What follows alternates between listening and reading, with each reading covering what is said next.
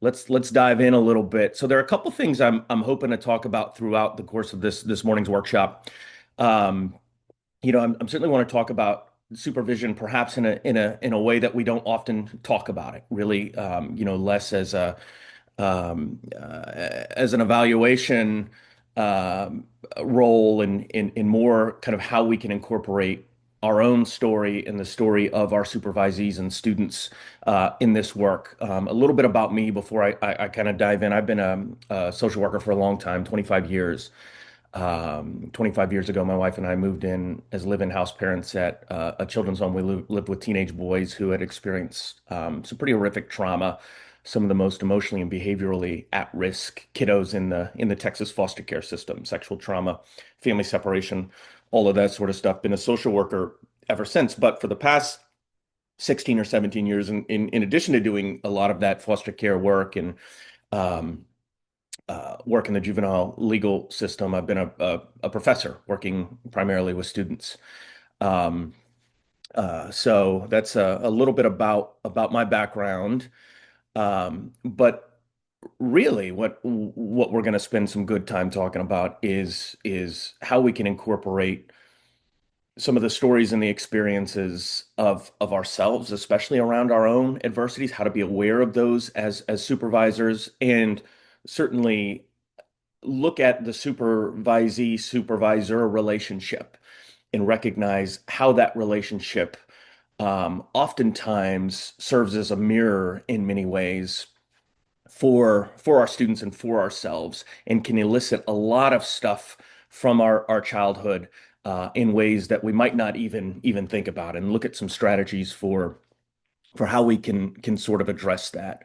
If you're not familiar with the book, my work over the course of the past 5 years is primarily centered on the inner worlds of social workers and helping professionals. I spent several years just interviewing and talking to social workers in a host of fields: child welfare, domestic violence, really every healthcare, just about every social work subfield that there is, really about two things: about their own childhood and their experiences of adversity, and how they navigated relationships in their family systems, and how those experiences kind of grew up with them into their professional lives and professional relationships, with a real emphasis on how it impacted their capacity to take care of themselves, set boundaries, share those healthy, fair no's that are screaming to be said, all of that sort of stuff. And it's been a pretty wild ride, and I learned so much about the early experiences of social workers, so much about how that grows up with us, but also learned quite a bit about myself in the process, as well, as somebody who grew up in a very traumatic environment as a child. Um, and I'll certainly talk a little bit about that throughout the morning as well. And I want to start by really emphasizing the importance of connection. In one of the things that I want to do throughout this presentation is really help to kind of elevate, like to help us all to understand just how important our role is, and this relationship is, as supervisors with the students and the supervisees that we work with. Um, Bessel van der Kolk, who, of course, wrote the famous book, The Body Keeps the Score. My understanding is he's writing a new book now. But he has a quote in that book. I forget exactly which chapter it's in, but he says, "Trauma can make the world into a gathering of aliens." And I always say, and this is so true, and I think a lot of us, given the nature of our work, we kind of understand, especially for people who experience childhood trauma, or those more overt forms of trauma, but also relational and emotional trauma, that it is a very lonely experience. Um, but I always put a kind of a part two of this. Social work can too. Uh, Social work can be a very lonely experience, despite the fact, I mean, we quite literally have social in our title. And for many of us in our jobs and in our roles, especially as supervisors, we are quite literally surrounded by people all the time. In fact, many of us wouldn't mind a few more moments where we weren't surrounded by so many people. It could be overwhelming. Um, but it's really important for us to understand the difference between being surrounded by people, um, and social support and connection. So social support, connection, belonging is entirely different than being surrounded by people. To to to get social support, to belong in a relationship, in an environment requires a couple of things. It requires me first to be seen and heard and known and understood for exactly who I am. That's kind of the first part of this. That's a Bruce Perry kind of definition of social support. But the second part, I think, is much more important or is really, really important, and to kind of be invited back into the relationship, to be liked, to be embraced, to belong, to be accepted, not for what I do, not for how I perform, but for who I am. If you've been to any of my workshops before, I've probably shown you a picture of a baby in a briefcase, and I kind of use that to illustrate the importance of attachment in our early lives. And I show this picture of a baby in a briefcase, and I say, imagine that I just sent this baby out on his own at 1 years old or 2 years old or something, to go make it in the world.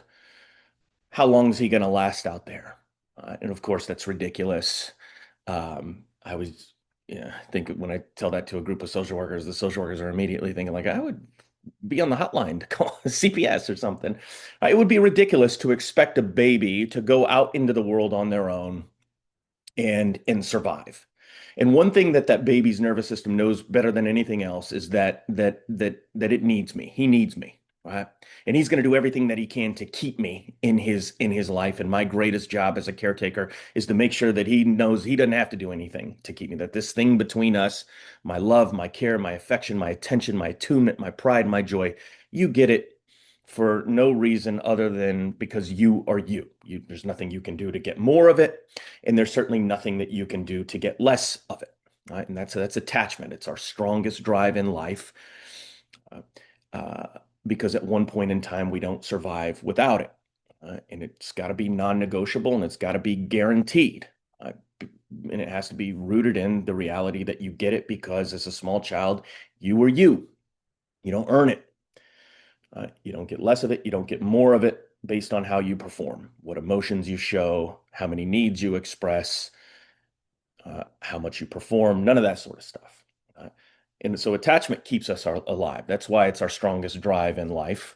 But there's this other thing, authenticity, which is, right, if attachment is 1A, authenticity is 1B in terms of our most important needs in childhood. And authenticity, so think of attachment as what keeps us alive. Think of authenticity as what allows us to fully feel alive. Uh, this is the you that you were made to be. And for every one of us has this, and every one of the students and the supervisees that we supervise has an authentic self.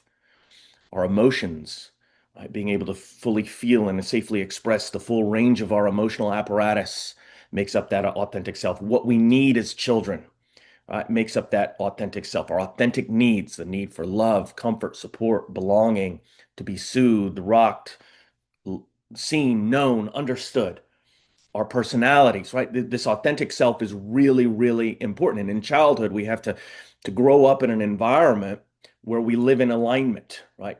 As close alignment as possible, and in adulthood. Now, of course, what we know from many of the students that we work with, many of the supervisees that we're supervising, this wasn't their reality.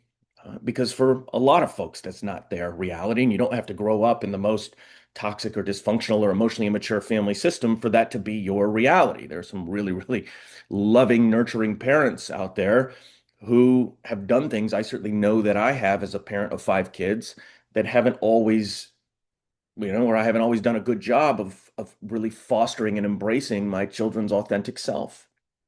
Not on purpose, but because, right, as parents, we do the best that we can, but we bring a lot of stuff into our role as parents. We don't necessarily prioritize uh, the emotional and inner worlds of our children, in being attuned to some of those sorts of things. So what does a child do?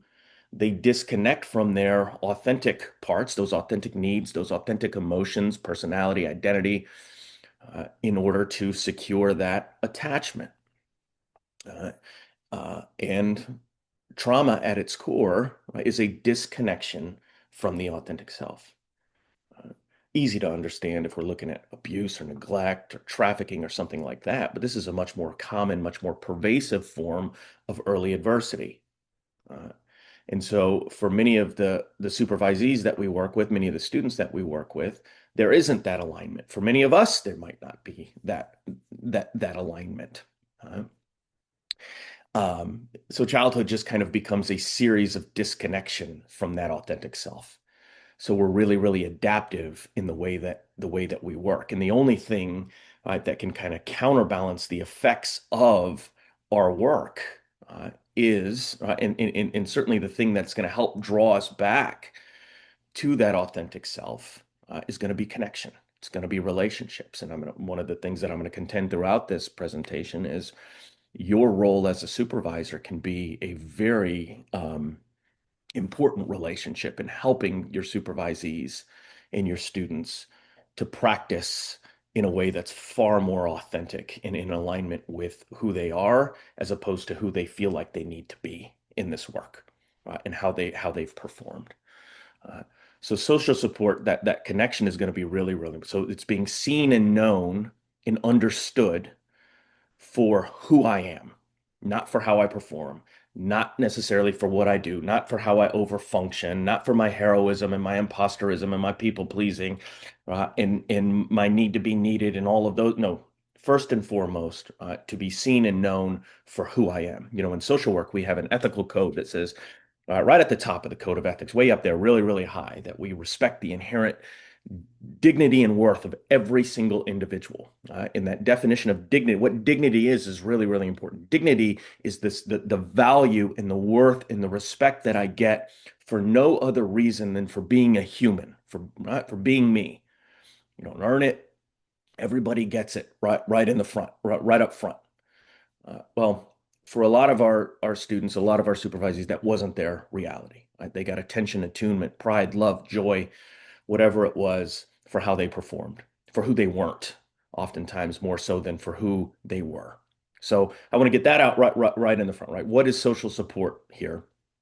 What is what what are these healthy relationships? What should they look like between a supervisee and a supervisor?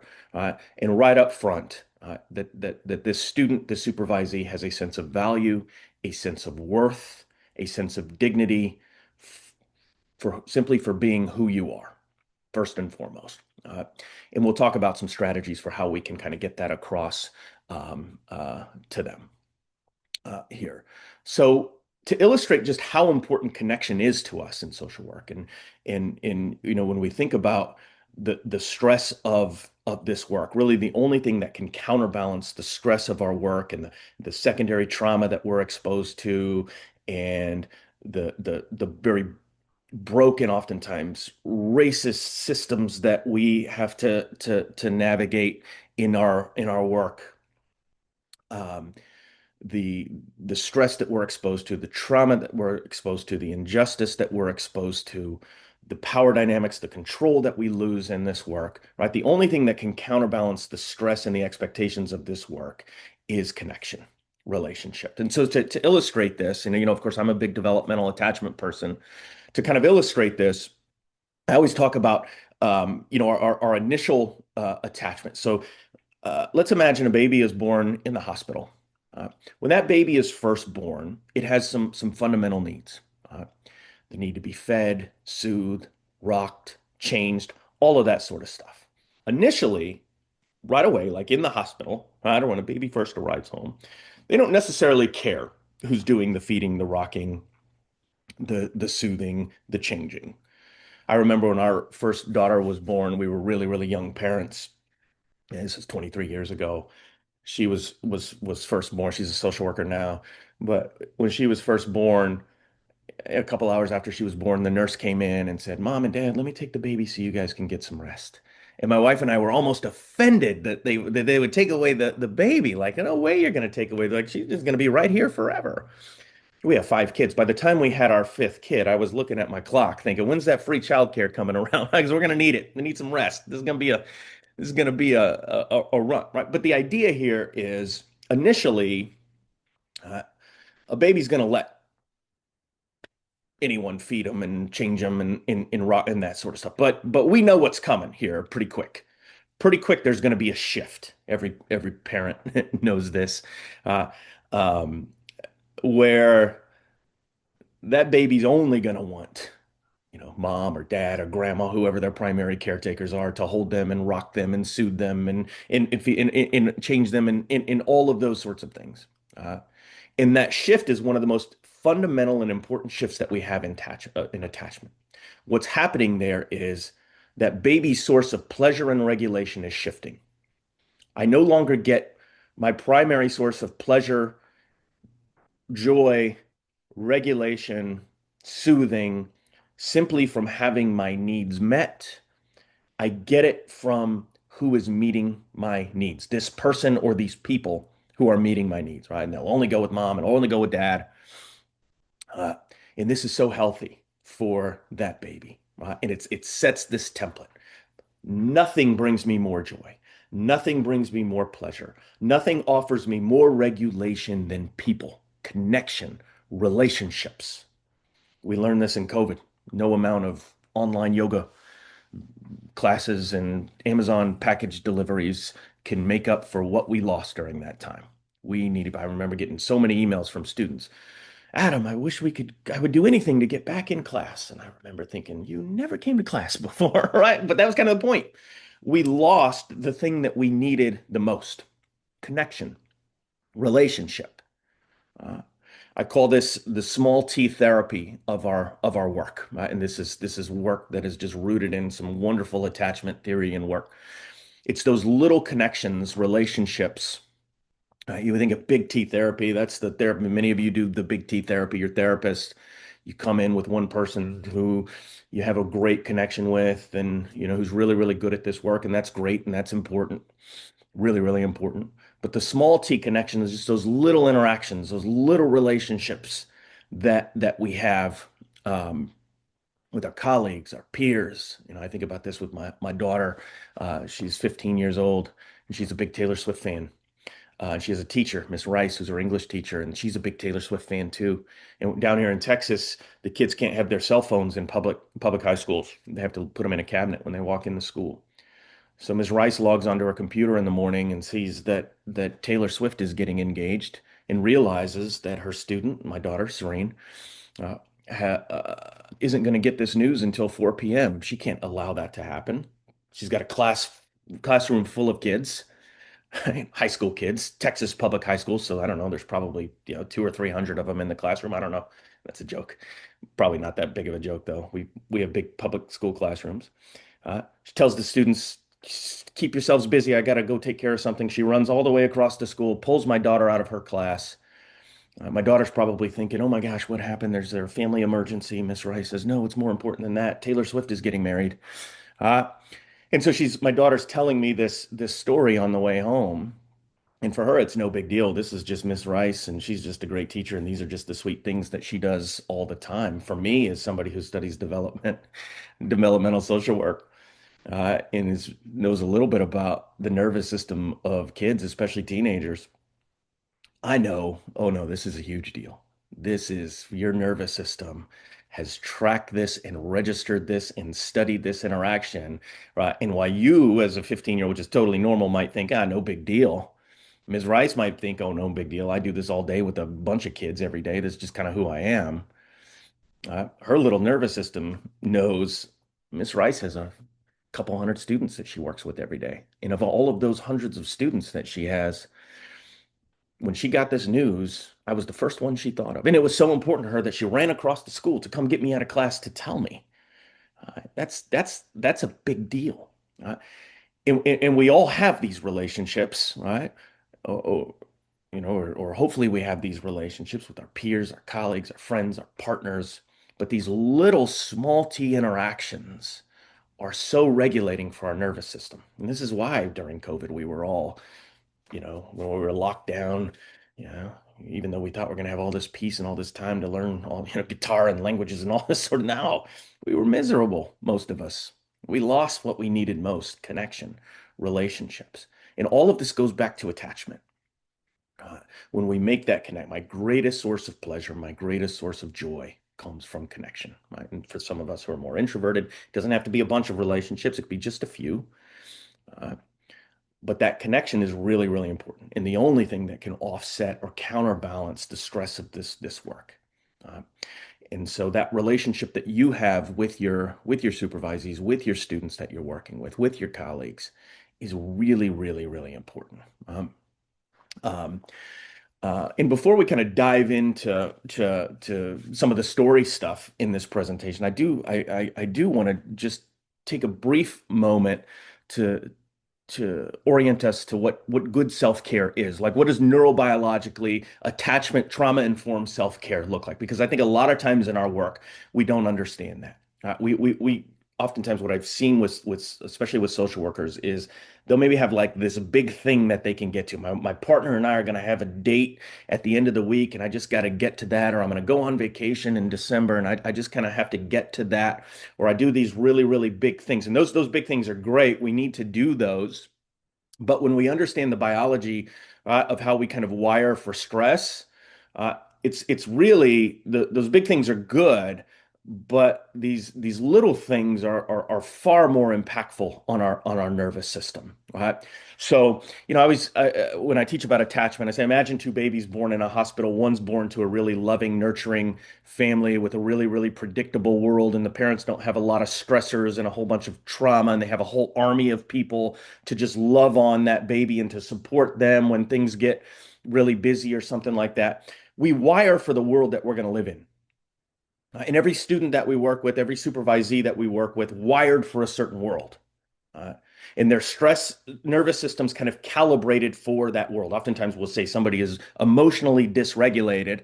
I do this a lot. I do a lot of work in foster care with foster parents, and a foster parent will tell me, "Oh, this kid is emotionally dysregulated." And I say, "Well, tell me about this. Tell me about her early life environment." She said, "Oh, she was removed from her family. She was abused. She has, went to umpteen number of foster homes and all of that sort of stuff." And I say, "Okay, this child is not dysregulated. This child is absolutely appropriately regulated for the world that they were wired for." Right?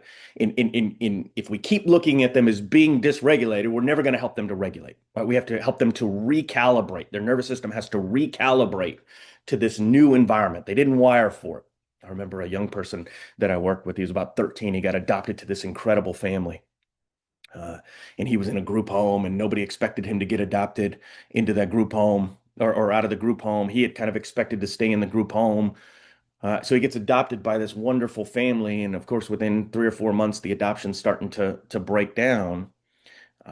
And what I was really trying to help the adoptive parents to understand is this kiddo, he's trying his best. He's trying to guess how he's supposed to be in this world where he comes home from school every day, and there's this pressure to share your highs and lows and reciprocate that in some sort of way. But the reality is, he was wired for that group home where nobody paid any attention to him, and he could kind of skate by. And he didn't have expectations of anyone else, and they didn't have expectations of him. This is going to be a process. We got to recalibrate his little nervous system. We got to help his little nervous system to recalibrate for this new world that he's in. He didn't wire for this one. Right?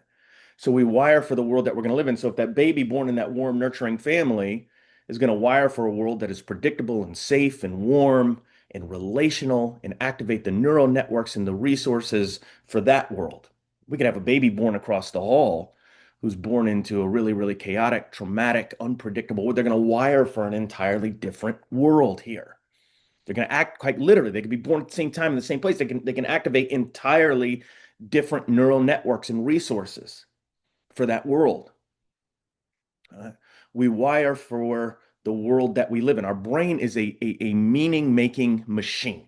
We give it an environment, it makes meaning out of that environment and gives us back exactly what we're going to need to survive in that world. So what the second baby is going to get is a bunch of lower order fight or flight, survival, stress response resources, because there's a lot of stress, a lot of unpredictability in their world. Now, we get this, right? But we stop talking about this after those do or die stages of early childhood. So there are a couple lessons here, I think, for us. One is for every supervisee or every student that I work with, it's just like every client that I work with, I want to understand how they're organized. I want to understand what is the world that they were wired for. Here's what we find with a lot of social workers, right? I think about this with myself. I grew up in one of the most chaotic family systems imaginable. My father was an alcoholic. He was abusive. He was a narcissist. He was terrible. I was his little social worker from the time I was about 2 feet tall. I could disarm him. I could distract him. I could calm him. I could do all of those sorts of things decades before I even knew what a social worker was. Uh, I find myself early on in my career working in the child welfare system, and my beat was very much the most traumatized kids in the system. When there was a big crisis, you called Adam. I could put out any crisis, regulate just about any. I was really, really good at that because I had wired for that world, what was familiar, what was recognizable to me in that world, right? The skills that I felt like, that lived in me had lived in me forever. Uh, we wire for that world. So, but we think about that as being over after kind of those do or die early stages of childhood, and that's one of the biggest mistakes that we can make about attachment and wiring for the world. We continue to do a version of this forever. Right? We have an environment, a template of experiences, right? Our brain makes meaning out of that template of experience, and it gives us back exactly what we're going to need to survive and or thrive in that world. All right. So if I'm a social worker, and this is going to be the case for a lot of your some of your best social workers and your best students, uh, or ourselves, uh, in all I give, the only meaning my brain can make is an environment that is full of nothing but work, in trauma, in stress, in injustice, in TikTok videos, in more stress, in more work, in more trauma, and maybe throw in, maybe a really unhealthy or toxic relationship with my boyfriend or my partner or my girlfriend, something like that. And more stress, more expectation, demands that far exceed anything that we should expect from anybody. My brain's going to say, okay, that's fine. You've given me a template of experience. After all, really what I am more than anything else is a meaning-making machine. I make meaning out of your environment, meaning out of your world, so that I can give you back exactly what you need for this world that is full of stress, disconnection, trauma, work, TikTok reels. And, uh, now, unfortunately for me, if I'm that social worker, what's my brain going to give me? What resources am I going to have here? It's going to be the low order stuff. It's the stuff that I need to navigate all of this stress and loneliness and disconnection and work and trauma and injustice. It's taking care of me, just like it's taking care of that baby. Now, if I give it something different, so let's imagine we have two social workers here, or no, let's imagine we have one social worker, um, and they come into work, and let's say they're relatively kind of regulated when they come in, and they have their first stressor and their alarm system, their stress response system starts to elevate. Maybe let's say that they're working in child welfare or something, and they have a kid on their caseload who ran away, and they're really worried about them. And then, right, so their stress starts to go up a little bit. And then later on, maybe they have a really problematic colleague, and their stress response system goes up a little bit, and it keeps going up and elevating and elevating. And then they kind of get to lunchtime, and they can take a little bit of a lunch, but not a long lunch, just a quick one. And they regulate a little bit, but they're not down to the same baseline where they started the day, and then they come back in the afternoon and it's more stress, right? More, right? And they're, and on the little bit of time that they have off, they're watching TikTok videos or they're arguing with their partner or something like that, and their stress just goes higher and higher and higher. Then they get to the end of the day, when in reality, we know that you're not just going to stop thinking about that kid who ran away on your caseload or that problematic colleague that you have, but maybe you regulate a little bit. And then you come back the next day and you do it all again. The simple reality, guys, is we are not wired for that level of stress. That's not how our nervous systems work. It's just too much stress. You see, we wire for stress in two fundamental ways. Right? When we talk about trauma, we talk about 99% of the time about the first way that we're wired for stress, which is important. We wire for stress that meets a certain threshold, right? So we think about a single event or a catastrophe or threat that overwhelms our nervous system that clearly maxes that threshold, of course. our lower order system is going to kick in and shut down that higher order system. It's going to be fight, flight, freeze, or fix. But also, uh, and perhaps for the purposes of our discussion, the other way that we wire for stress is that for stress that is temporary. We're not wired for stress that maxes kind of that temporal period.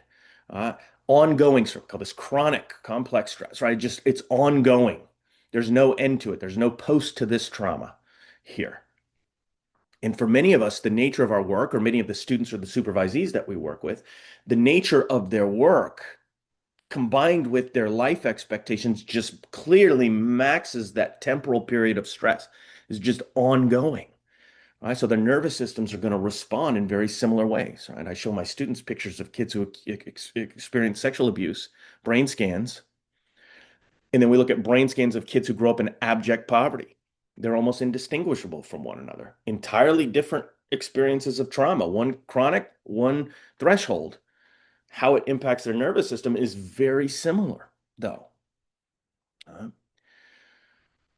so it just maxes that temporal period. So now let's go back to our social worker. Let's imagine they've done some real healing work and authenticity. They've got an awesome supervisor like you who's teaching them about how we wire for stress, and more importantly, probably showing them how you kind of dose in self-care. So now they're going to, I always say micro dose self-care. My students, undergraduate students, always laugh at me when I say that because there's some drug thing there that but it doesn't matter. We're going to do it anyway. You're micro dosing in self-care, meaning that I'm dosing it in very small doses throughout my day. So maybe at when I have that 10 a.m. stressor, that's okay. Nothing changes in my environment. None of us have the power to change the stress that we're exposed to or the trauma that we're exposed to in our work. Of course not. Uh, This is what we signed up for. This is what we're good at. This is what we need to be doing. This is important work. And I'm going to talk about that later on, why it's so important that we understand just how important that this work is and that we're honest and fair and objective about that, and intentional about that. So I can't change my environment. I still want to help the kid who's running away. I still want to help the clients on my caseload or whatever it is that I'm doing. I love to sit with people in their most difficult moments. I signed up for a career that had purpose and meaning. This is what I want to do, and this is what I should be doing. So my environment's not changing in that the expectations of my work or what I'm exposed to in my work is not necessarily changing. I'm changing my relationship to my environment. So maybe at 10 o'clock, I'm just going to take a 5 or 10 minute mindfulness break, and or a little bit later on, I'm going to go for a walk. Uh, around the building or something. Or I'm gonna do something that's really self-regulating in some sort of way. And at the end of the day, I'm gonna go for, walk the dog with my partner or with my friends, or I'm gonna do happy hour or whatever it might be. Now, if they're students, they probably, well, I guess they're old enough to do happy hour. I don't know. Uh, um, but what I'm doing here, right? Because again, when we understand how we wire for stress, uh, this is really important because what I'm doing here is I'm not simply doing these things to regulate the stress of my life and my job. Now, that would be reason enough to do it. Don't get me wrong. You're doing something much more important. This is social work 101, person and environment.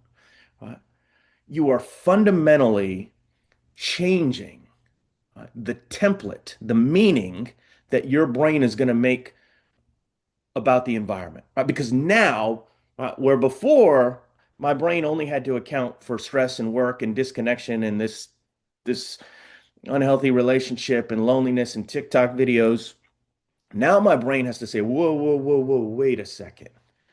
What are we? We're doing coffee with our friends all the time now. We're going to exercise or walk. We're reading novels. We're doing mindfulness. Uh, we're we're going on dates with our partner all the time and having coffee with the right, we're wait a second. I have to give you the resources that you need for all of this connection and all of this regulation, because that's not the low order stuff that I would need for stress and trauma. Uh, it's the higher order stuff. I got to give you what you need for this. Uh, so I'm fundamentally changing right? The meaning that my brain is, and you know, this happens pretty quick. The brain is so adaptive. We know that. The nervous system is so adaptive. We know that. We see it every day in the lives of our clients. Works for us too here. Uh, we're changing that environment that our brain is responding to. That's way more impactful than simply regulating the stress of our work and our life and our expectation in the expectations and demands that we have here.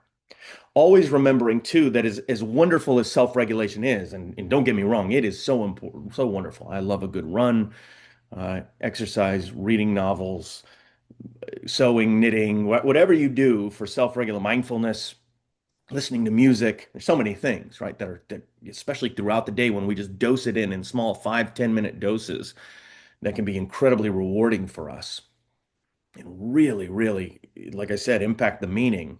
We always want to remember as wonderful as self-regulation is, it doesn't even come close to the healing factors and the regulating, right, impact of co-regulation. Going back to our baby, right, who only wants to be held by mom or dad or grandma or grandpa. Uh, our greatest source of regulation, our greatest source of connection, uh, comes through people. So co-regulation, a good belly laugh with a group of friends, or a great walk around the park with our friends or our partner. Or when I do this with my students, I teach an intro class and I say you guys can have, 50 extra credit points if you do something that's really, self-care, self-regulation. You get 100 points if you do something that's co-regulating. So if you're going to go to the campus rec center, you get 50 points if you go by yourself. I'll give you 100 points if you take a friend with you.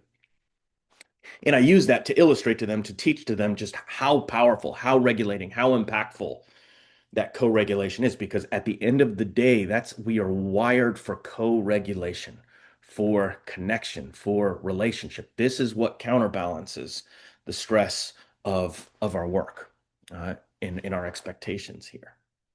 Uh, so kind of microdosing that care throughout the day, always emphasizing, or wherever we can, co-regulation. Right? So if I'm going to go to lunch, maybe I'm going to go invite a friend, meet a friend for lunch, something like that. It's gonna help a lot.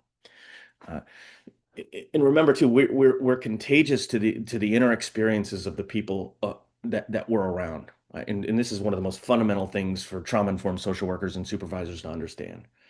Uh, I ask my students all the time, what do you guys think is really going to make you uh, so good at healing the wounds of, because I teach trauma classes and family systems classes, healing the wounds of the clients that you work with. And sometimes it takes a while for them to get there, right? Because they're new, they don't know how this works. But eventually they'll get there. And if I asked you all, because you all are a group of supervisors, you would know right away. It's my presence. There's no magic thing that I say to my clients that's going to heal their wounds and regulate their stress and give them hope and all. Oh, no. If there were, that would be the first thing we would tell you. There's not. We all know that.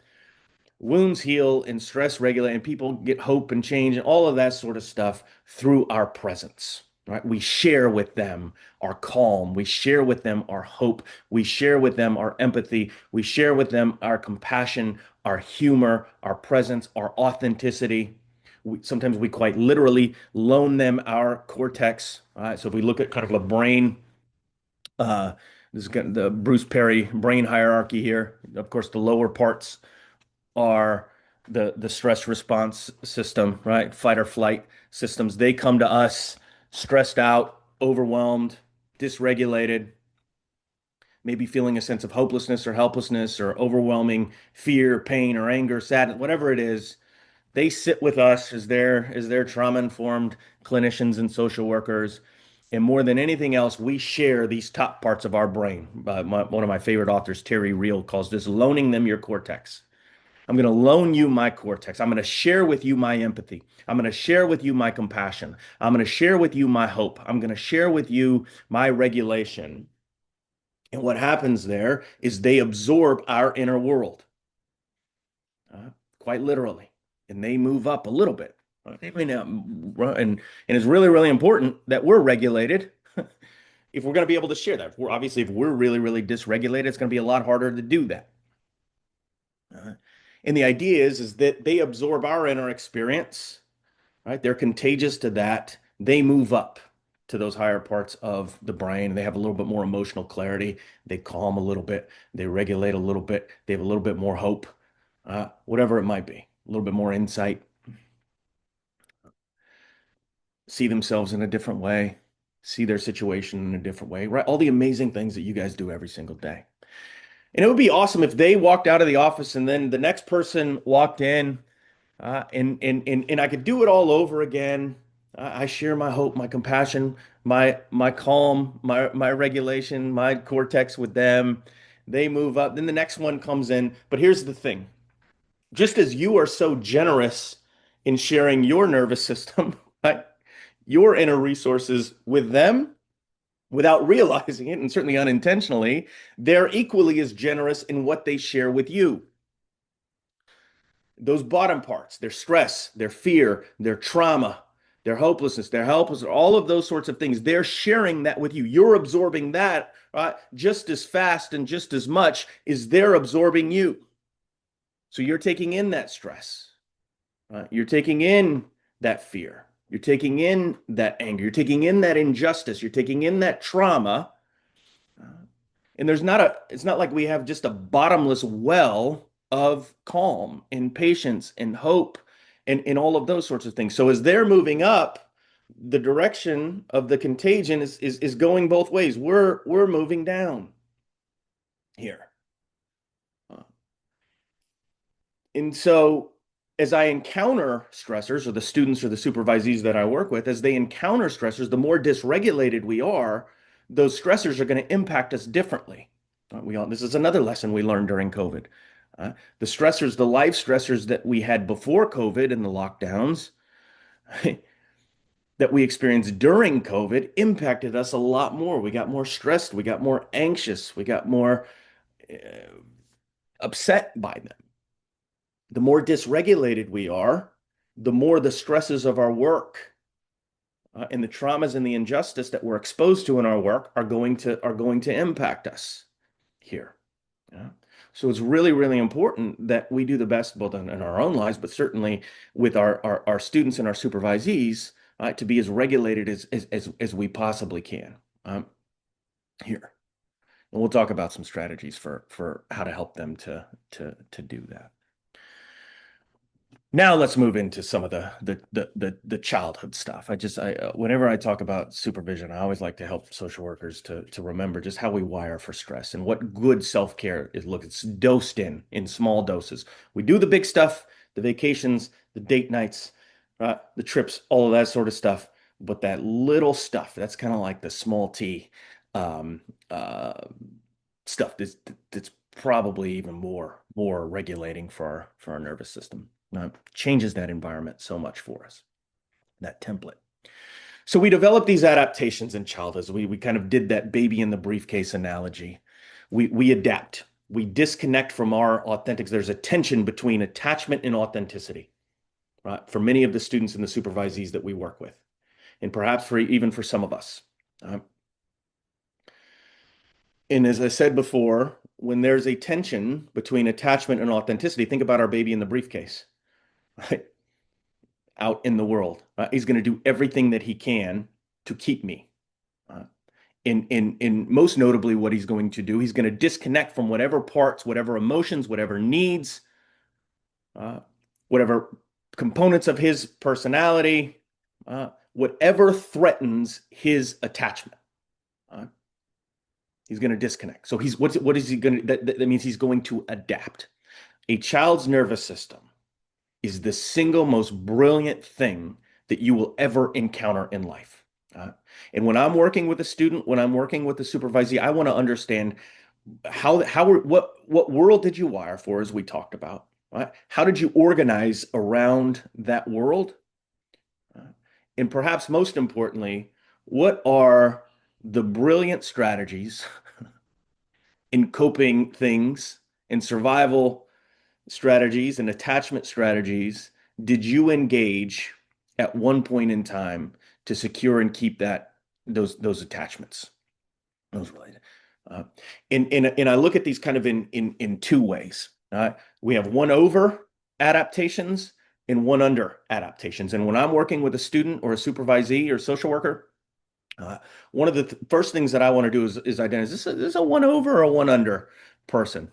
Uh, One over means I go one over people when I'm stressed, when I'm traumatized, when I'm overwhelmed, uh, especially in relationships. I have to go one over, fight. Uh, this can turn into power and control. Those of you who do a lot of work, like, kind of this idea, hurt people, uh, who do a lot of work, maybe in domestic violence and criminal legal systems, foster care, you'll see this often. Power, control, that turns into gaslighting and grandiosity and narcissism and coercive control and all of that sort of stuff. I go one over. Now, most people who have one over will never do the grandiosity and the coercive control. Right? It's a lot of fight stuff. I get angry, I get aggressive, I get loud, I get mad. And you're going one over not only people or relationships, you're also more importantly going one over the emotions, the shame typically, or the fear, or the sadness, or the pain, or the vulnerability. If I go one over, uh, or we go one under. This is where I say hurt people, help people. This is a much more common. You think fight, flight, freeze, or fix. Fix is by far the most common trauma adaptations, despite the fact it's the one we talk about the least. And this is probably going to be the most common one that you see in your students and your supervisees. They go one under. Not to suggest that we don't have our fair share of social workers who are one over survivors. You bet. They get angry. They get they're fighters in many ways. Sometimes that might mean that when we hold them accountable for something or we point out a behavior, they might, try to disarm or distract, or there are all sorts of ways we kind of deal with that shame here. But more commonly, what you're going to see is one under. I got to go one under people. I got to go one under relationships. I got to go one under those emotions.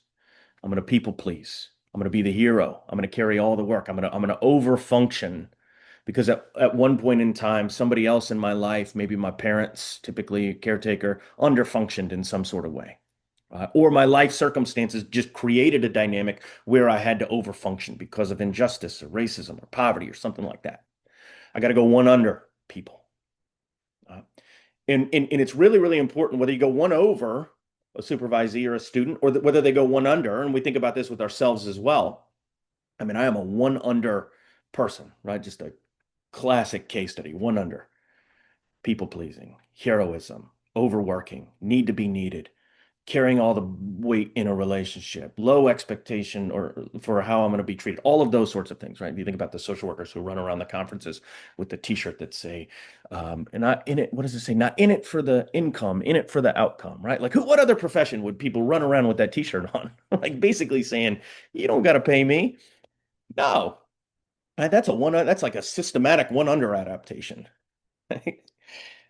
So you go one under people here. So one of the first things I want to recognize is the adaptation one over or one under. The next thing that I want to look at, and I call these the three Ps. How did this adaptation evolve in this student or in this supervisee? And always remember, the best research is me search. Sometimes if we do this in the context of our own lives and our own adaptations to stress and trauma and relationships, especially growing up, it becomes a lot easier for us to do this in relationship with our students. But I call this the three Ps. This is kind of the evolution of an adaptation. They always start as protective. It's protecting something. So I want to understand what it protected. Typically, it's protecting my belonging, my attachment, protecting sometimes my survival, my safety, protecting my worthiness or my value, my importance. There's something that this adaptation protected. This is the wisdom of trauma, right? The nervous system is all about the here and the now. There's no regard for the long-term impact. I need to help you survive, right? What is the immediate payoff of this behavior, this adaptation? So if I had to go small and get small, if I had to disconnect from my fear or my pain or my shame or my anger or my vulnerability, if I had to disconnect from my needs to tend to everyone else's needs, whatever it was, there was some immediate payoff that typically protected one of those four things. Uh, so it starts as protective, whether it's one over or one under. Then over time, the more that a student or a supervisor relied upon an adaptation, had to lean upon it, the more patterned it became for them. Uh, and the more patterned that it becomes, now what you're getting are some of the most irreducible needs that we have in childhood. Our need for control. Every single child, every one of us, preferred the certainty of misery to the misery of uncertainty, meaning we had to get control. Whether it was a destructive behavior, a sabotaging behavior, a behavior that was not fair to us, a behavior that might seem maladaptive to us or problematic, it doesn't matter. Uh, you get control from it. One over or one under. Now, one over is easy to understand how somebody gets control because you're quite literally controlling other people. It's all about power. It's all about control eventually. If you work with like perpetrators of intimate partner violence or child abuse or that sort of stuff, you know this so well. All of that started as an adaptation at one point in time. You don't just wake up one day brilliant at gaslighting people. No, that's a life skill that you learn over time as a shame response system. Because you never learned how to process and work through shame. Same thing with one under. You're getting control from that. You're getting belonging from the other irreducible need. You're getting a sense of belonging. People keep me. People stay with me. People like me. People don't walk out on me. Uh, you're getting importance. You're getting value. You're getting worth. Eventually you're getting identity from that. So the more patterned it becomes, the more that we're getting the irreducible needs that we have in childhood, our need for control, our need for identity, our need for belonging, our need for importance. And if these are just not organic in my environment, if I'm just not getting them in the ways that we should be getting them, that we're wired like supposed to be getting them, I'm going to do everything that I have to do to get them.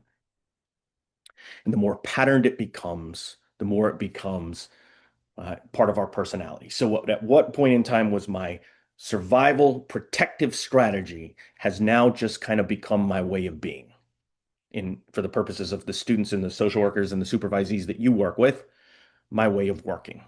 This is kind of the only way I know how to be in relationships. I only know how to go one under when I'm experiencing shame or imposterism. Uh, or I only know how to go one over. And again, like I said, we have our fair share. I work with a lot of students and I talk to a lot of friends and social work supervisors who say, yeah, I got some fighters. You want to hold them accountable? You want to point something out? Even sometimes when I do it in the most generous, soft sort of way, they'll shut down and they'll scream and yell and deflect and distract. And how dare you tell me, right? Like, hey, it all goes back to childhood shame. Remember, shame is the most survival related emotion that we have in childhood. Some of us would not have survived childhood without that shame. Shame is what tells us you cannot be authentic. You cannot engage that emotion. You cannot engage that need. You cannot set a boundary. You cannot say no to this. You cannot uh, express that need.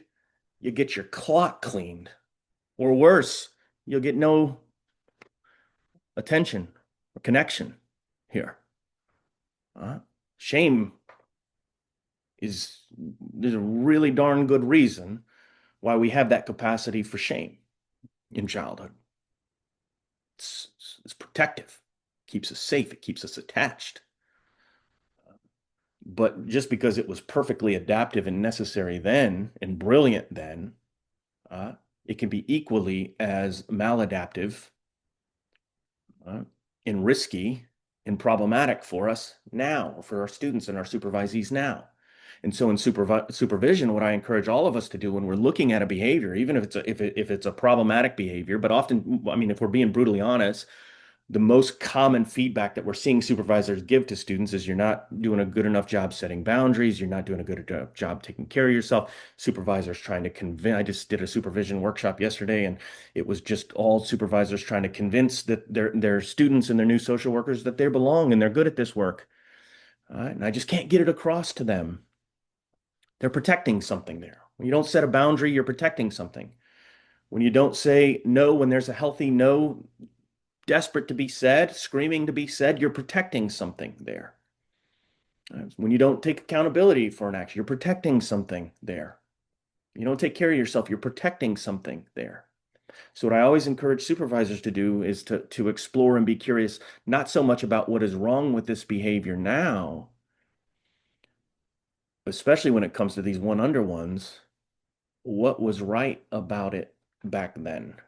Uh, so not why the heck didn't you set a boundary? You need to set boundaries. What were you protecting? What were you thinking when you didn't set that boundary? What did you think was going to happen when you didn't set that boundary? When did things happen like that, perhaps for you here? So a couple things here, right? How does that evolution from protection to pattern to personality, right? What does that kind of look like in our students, in our supervisees, in ourselves, in our clients, in everybody? Uh, and what are they protecting there? Not what was wrong, what's wrong about this behavior now, but what was right about it, perhaps back then. So those states become traits, right? And I've got the breakdown of all four of the F's here: fight, flight, freeze, and of course, in our work, hurt people, help people. We have the fixers.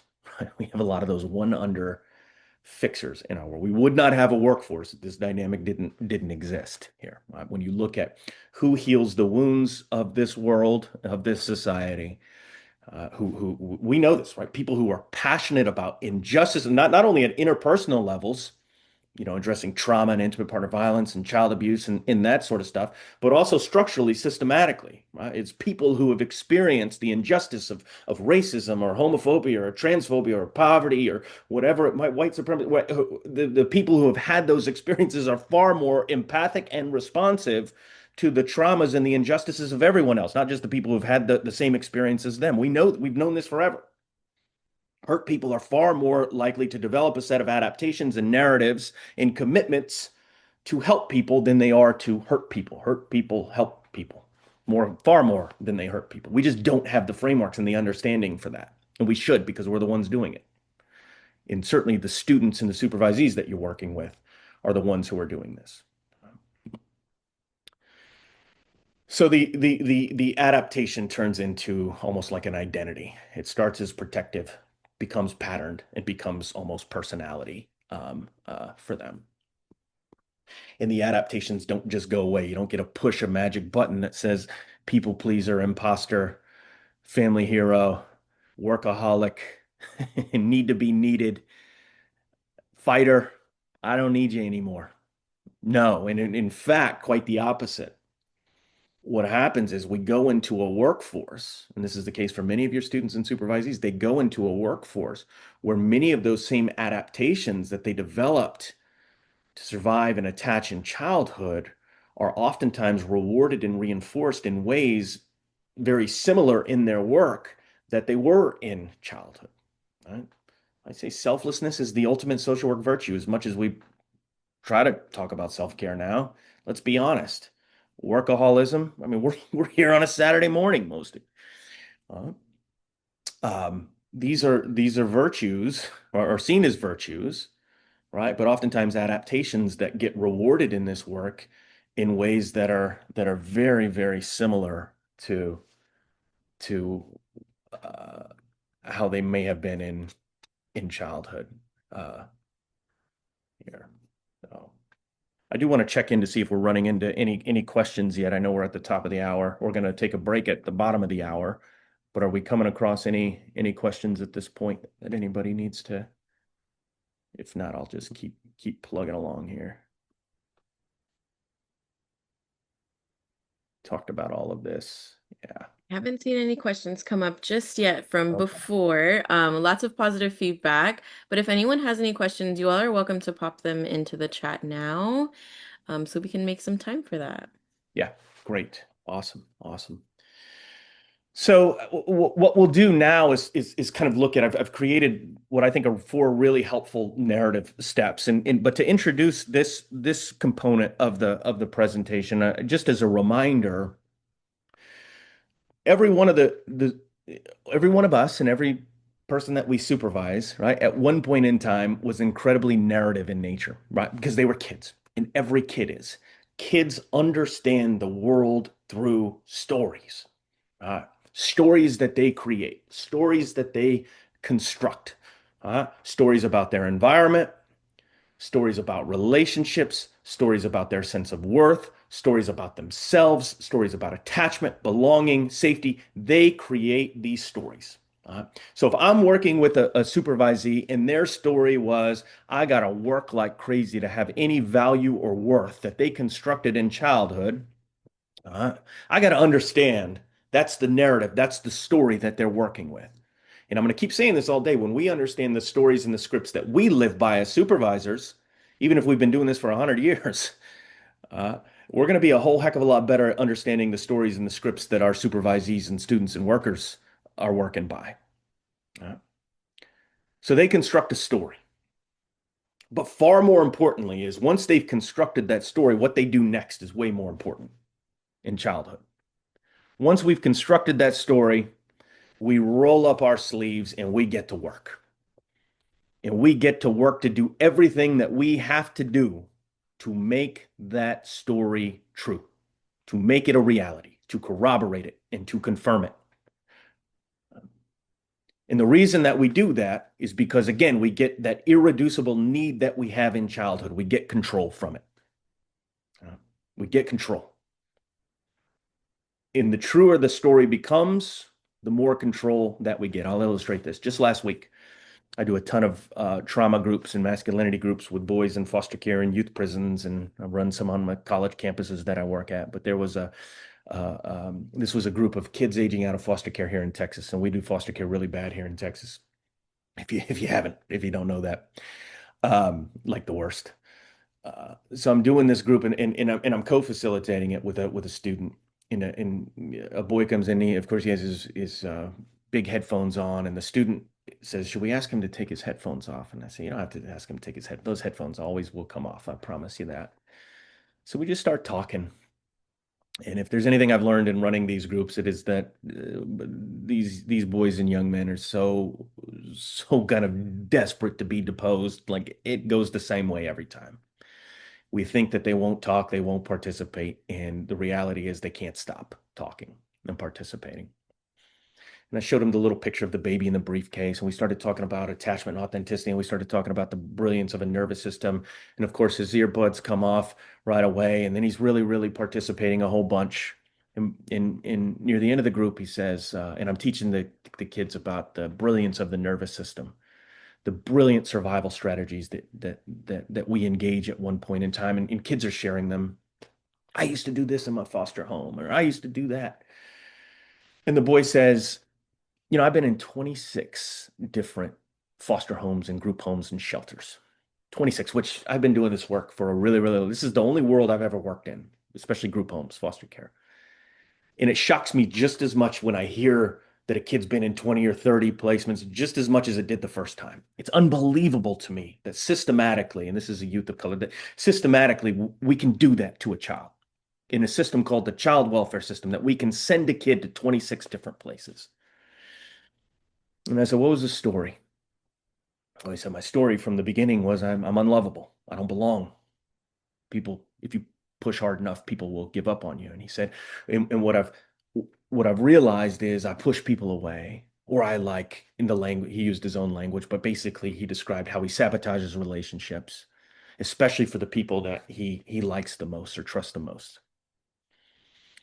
And we made the connections to his story. And he basically said, I never really thought of that as like being a brilliant, wise thing to do to keep myself safe. And I said, it was, it was, and it's good. That's a really, really helpful way to understand this. You're going to want to find another way to deal with this, right? We don't want you to keep pushing people away, right? But you're not ever able to do that unless, of course, you first recognize the brilliance in these adaptations.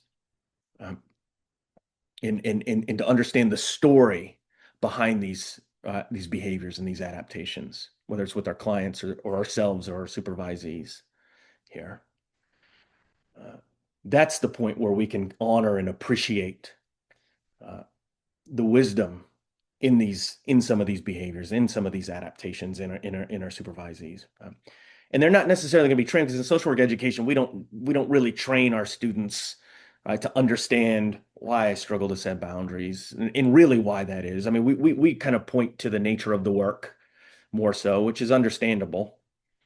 But I can assure you, for most of your students and most of your supervisees, it has far less to do with that than it has to do with the narratives and the stories that they constructed about themselves and their sense of value and worth and work, and where they place themselves and in all of that sort of stuff, even more so than the nature of the work and the expectations of the work here.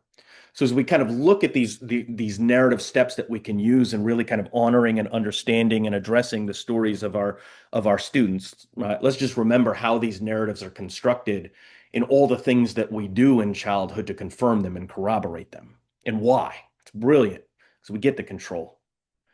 Every single time, uh, the system corroborated that story for a kid. Every time they sent him to a new group home or a new shelter or bounced him from one place to another, it corroborated this story that you don't belong. Kids, we prefer the certainty of misery to the misery of uncertainty. I'm not going to sit around and wait on. You think I'm going to sit around and wait on some new caretaker that I like or new social worker that I like to decide that I'm useless or I'm worthless or I'm going to get out in front of that. Same thing. If I feel like the only way that I have value and worth and the only way that I'm going to belong to my supervisor or in this agency or in this organization is if I absolutely overfunction and I do all the work and I never make mistakes and I'm perfect and I got all my stuff figured out even when I don't and I don't need help. uh, I'm not going to I'm not going to sit around and wait for you as my supervisor to realize that I don't. No, I'm going to try to get out in front of that. I'm never going to ask for help. I'm never going to set a boundary. In that dynamic's going to be especially complicated if you as my supervisor, which a lot of supervisors do with very great intentions, uh, are not necessarily setting those boundaries and not taking care of yourself and kind of oftentimes falling on the sword so that my people can take care of themselves. This is a very common dynamic we see in supervisors. Social work students, new social workers especially, they're almost like children in how they're a parent-child relationship. And I'm going to talk in the second half of this presentation about why it is that supervision relationship oftentimes resembles those childhood relationships, perhaps more than any other. So what's happening is the supervisee or the student is looking at the supervisor, right? And about 2% has to do with what the supervisor is saying to them, the content. And about 98% is watching what the supervisor does. So if I'm a supervisor, just like if, I think about this when my kids were small, I would say you got to love yourselves and you got to take care of yourselves and you got to set boundaries and you have so much value and worth. Meanwhile, they watched a father who had no work-life boundaries, who didn't take care of themselves, right? They're looking at, and they're social workers now, right? They're looking at, they're not listening to what I say. They're watching what I do. Same thing with our students, our supervisees. You can say you got to do self-care, you got to set boundaries, you got to take care of yourself. But then if they see you as the supervisor, again, with great intentions, not doing those things, or perhaps even doing those things to compensate so that your people can take care of themselves, what's the message there? What's the story there? The narrative now, the story is if I want to be successful in this work, and I think about this in the context of when I talk to my students who especially are in field, right? We place them with these incredible supervisors who are just the pillars in the community, and they basically almost to a person will say, "Yeah, I just basically my career goals or my life goals are to be like my supervisor. They're incredible. That's all I want. One day to have this responsibility to do this incredible work, to treat people the way that they, and all of that sort of stuff, right? So here I have this student or this supervisee uh, who really wants to model in many ways what I'm doing or get to this point where I'm at. Well, what is the story there? The story is one, uh, to be successful in this work, to be a leader, to get to that place, uh, there is no room for me in this work. Right? So I get it. It's very well intended. But the greatest gift that you can give to your supervisees, just like the greatest gift you can give to your client, the greatest gift you can give to your partner, if you're a parent, the greatest gift that you can give to your children is a healed and authentic self. I'm modeling for you setting boundaries. I'm modeling you taking care of myself. I'm modeling for you a healthy no. I'm modeling standing up, speaking out, engaging my moral compass over my superficial attachments in this work. I'm modeling those things for you. I'm not just telling you those things. Like I said, that's not going to go anywhere. It's what we show them. So the more healed and authentic we are, the better we take care of ourselves, and better we model that. The more our students and our supervisees are going to recognize that, right? So the narrative steps. So this is going to be a gentle framework kind of for noticing the stories that our students carry, our supervisees carry. An emphasis more so on awareness and curiosity than on blame, right? And this is certainly not an excavation in any sort of way. You're their supervisor. You're not the therapist. Um, so the way that I've mapped this out here, and certainly the chapters in the book on supervision are aware of that relationship dynamic. What I've had several social workers do is whether it's a workshop, they'll download the PowerPoint, or I've had several people since the book came out just say, I've just taken your book to my supervisor and said, this is the work that I want to do. Let's read this together. Um, um, this can be very liberating, very empowering for supervisees and for students.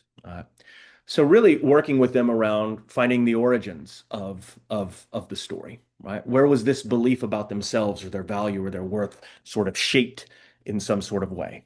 Right? What were the conditions that a story like this was necessary? Right? You never could set a boundary. Well, for a lot of our students, especially if you grew up, or a lot of our social workers, if you grew up in a family ecosystem where boundaries couldn't exist, you couldn't set boundaries. So this one of the, it's kind of like to tell a social worker who grew up in a family system, oh, all you got to do is start setting boundaries or start taking care of yourself. You tell them to set a boundary where you never grew up in an environment where boundaries were an option, or perhaps even worse, right? Where in those moments where you did try to set a boundary, it went really bad for you. You would have a better chance of getting a kindergartner to solve a trigonometry equation than get a social worker with that history to set a boundary. It's just not going to happen for them. You have to help them to understand what message, what story did you learn about boundaries? Boundaries develop in the context of wisdom. Right? We have practice wisdom. I tell my students this all the time. There's the stuff you read in the books that's going to be somewhat important, but what's far important is just the wisdom that you get with every client that you work with, every colleague that you work with, every system that you work with. That's how you really grow and learn as a social worker, if we're being brutally honest, not to suggest that the books and the theories aren't important. There's practice wisdom. Boundaries operate in a very similar way. We learn boundaries through the wisdom that we develop, right? And that we experience both when we don't set them and when we do set them. We realize, hey, I set that boundary and I thought things were going to go really, really terrible for me. And maybe it wasn't that bad. Or I set that boundary, right? And now I have this extra time in my life, or my relationships, what's another one? Is sharing, setting a boundary and saying no when there's a healthy no that's desperate to be said. So I start doing that, and what I realize is, a no you think about like in a emotionally immature family system. If you grew up in a family system, and a lot of us did, where your yes was just inevitable. Your parents or whoever could count on it no matter what, no matter how unfair the ask or the expectation was. They just knew, oh, Adam is going to say yes, or Adam is just going to do the thing. Well, what happens in that family system over time, what does your yes really mean to them? If it's just inevitable, if I can count on it no matter what, no matter how unfair, it really doesn't mean much at all. It's the same thing at work. If my yes is just inevitable, especially in those moments where the ask or the expectation is unfair to me, and it doesn't matter, you're going to get it anyway, to my supervisor or my colleagues or my clients, well, it's rendered about as useless as it was, or as unimportant as it was in childhood.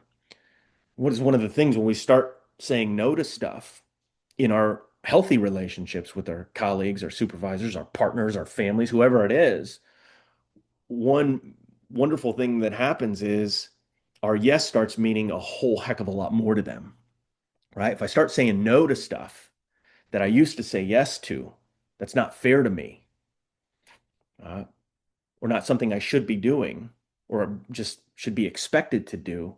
Now, when I say yes to something, it has an entirely different meaning to them. Not to mention, I'm not building up all of this resentment towards them and towards myself because I keep saying yes to something that I should be saying no to. Uh, it's really attachment versus authentic. What's really behind uh, a yes when there's a no desperate to be said?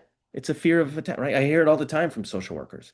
I feel like I'm not going to belong. I feel like I'm going to let somebody down. I feel like people aren't going to value me anymore. They're not going to like me anymore. I feel like it's going to cause more problems than it is to just do it. Uh, all of that is attachment. That's our baby in the briefcase, basically, just in a grown-up adult form with the alphabet soup after their name. The moves we make as children are often the exact same moves we make as adults. They're just more polished, right? We're a little smoother in how we do them. They're more knee jerk. So the thing about these adaptations, we don't choose them. If you were the family hero, or you have a student who was a family hero, or a social worker supervisee who was a family hero, they didn't wake up one morning and say, "Go get my cape. I'm going to be the family hero. That's what this family needs." No, there's a reason that our nervous system is called the autonomic nervous system. It is knee jerk. It is autonomic. It is the brilliance of a child's nervous system. We do exactly what we needed to do in the moment to attach, to adapt, to endure, and to survive. But because it wasn't a conscious choice that you made to be a hero, because it wasn't a conscious choice that you made to be a people pleaser or to be a fighter, it's not as simple as just making a conscious choice to stop being a people pleaser or a hero or a fighter. Uh, and for a lot of our students, a lot of our supervisees, they're not aware of this in the same ways that we are. They don't know this. We have to point this out to them. All right. I just realized that we are at a break time. So Bonnie, what are the marching orders? Do we take a break and come back and do another book raffle? Yes, we can. Do you have time for one question before Yeah, let's do we? it. Awesome. So I did have someone ask a really great question here as far as where do we stop with therapy when a supervisee with extreme trauma who doesn't see that they need to be in therapy for their issues and they think that these are some things that are already resolved? Yeah, yeah, this is a great one. And I think the wound analogy is really helpful here for supervisors, right? Trauma is a wound. Uh, it just like any other wound right now, of course, it's a psychic, it's an internal wound. It's not the bad things that happen to our students or our supervisees or ourselves. It's what happened inside of them, right? So I often see the supervision relationship, right? If I see somebody who has a wound, right, a skin wound, I'm not going to just say, "Hey, that's yours to deal with." I'm not going to watch you just bleed out here, right? I might talk to you about it a little bit, help you to recognize that you need to do something with this wound, but it's also, right, I'm not going to dive in and perform some type of operation on that wound because I'm not your therapist, right? I'm your so I can only go as far as, I can talk to you about this, all right? I can point this out to you if I'm seeing this impact your work, right? In many of the ways that I do in this framework, right? There are things that we can do, but there are also things that would kind of go beyond the boundary of a supervisor here. So all I can do is really encourage you to do that work on your own. But I get that. Yeah, that's a tough boundary to kind of navigate here. And I think we kind of go one of two ways, right? We either maybe overfunction in terms of addressing the trauma of our supervisees or our students, or we kind of underfunction and we just say, we don't talk about it at all. Or we just say, you go figure that out on your own. And that's not going to be helpful. That's kind of the equivalent of watching somebody just kind of bleed in front of you here. Um, and of course, if it's a student and there's generational stuff that we just don't have time to kind of get into here. Um, a lot of it is just some basic psychoeducation. We also have to recognize our field has changed so much. When I was a new social worker, it was really the expect. And here in Texas, everybody had to do some type of kind of childhood work before you could do this work. All of those expectations are long, and I'm not necessarily arguing for that, but it's an entirely different kind of dynamic here when it comes to that. Like what's kind of been normalized is not so much for students or new social workers to do that work. And two, there's the affordability issue for many of them. So if we're telling a new student or a new social worker, hey, you need to go get your own therapy, we also have to recognize that many of them may not be able to afford that, right? There are economic issues that make that pretty tough as well. So I think all of us kind of know where our skill set is in this, right? And where that boundary is. I'm not your therapist, but I'm also not just going to sit back knowing that these issues exist and not talk to you about them, or at least help you to recognize them in a kind, compassionate sort of way. Yeah. And I'm going to put my email here. And I think at the end on the last slide, I have last month, I was the last person on the planet to get on social media. And by get on social media, LinkedIn, as you guys can imagine, as a developmental social worker, I'm not too big on the social media. But I'm on LinkedIn now. So I think if I did it right, there'll be a QR code where you can get the LinkedIn. And I'm not entirely sure how that. I think if you click that code, like at a restaurant, it'll take you to the LinkedIn, and we can connect on there as well. But you've got my email here. Never hesitate to email if you have any questions or need any help with anything. I'm always happy to help. And I want to plug Agents of Change just as much as they plugged my way. I mean, we've been waiting for a high quality social work CEU site forever.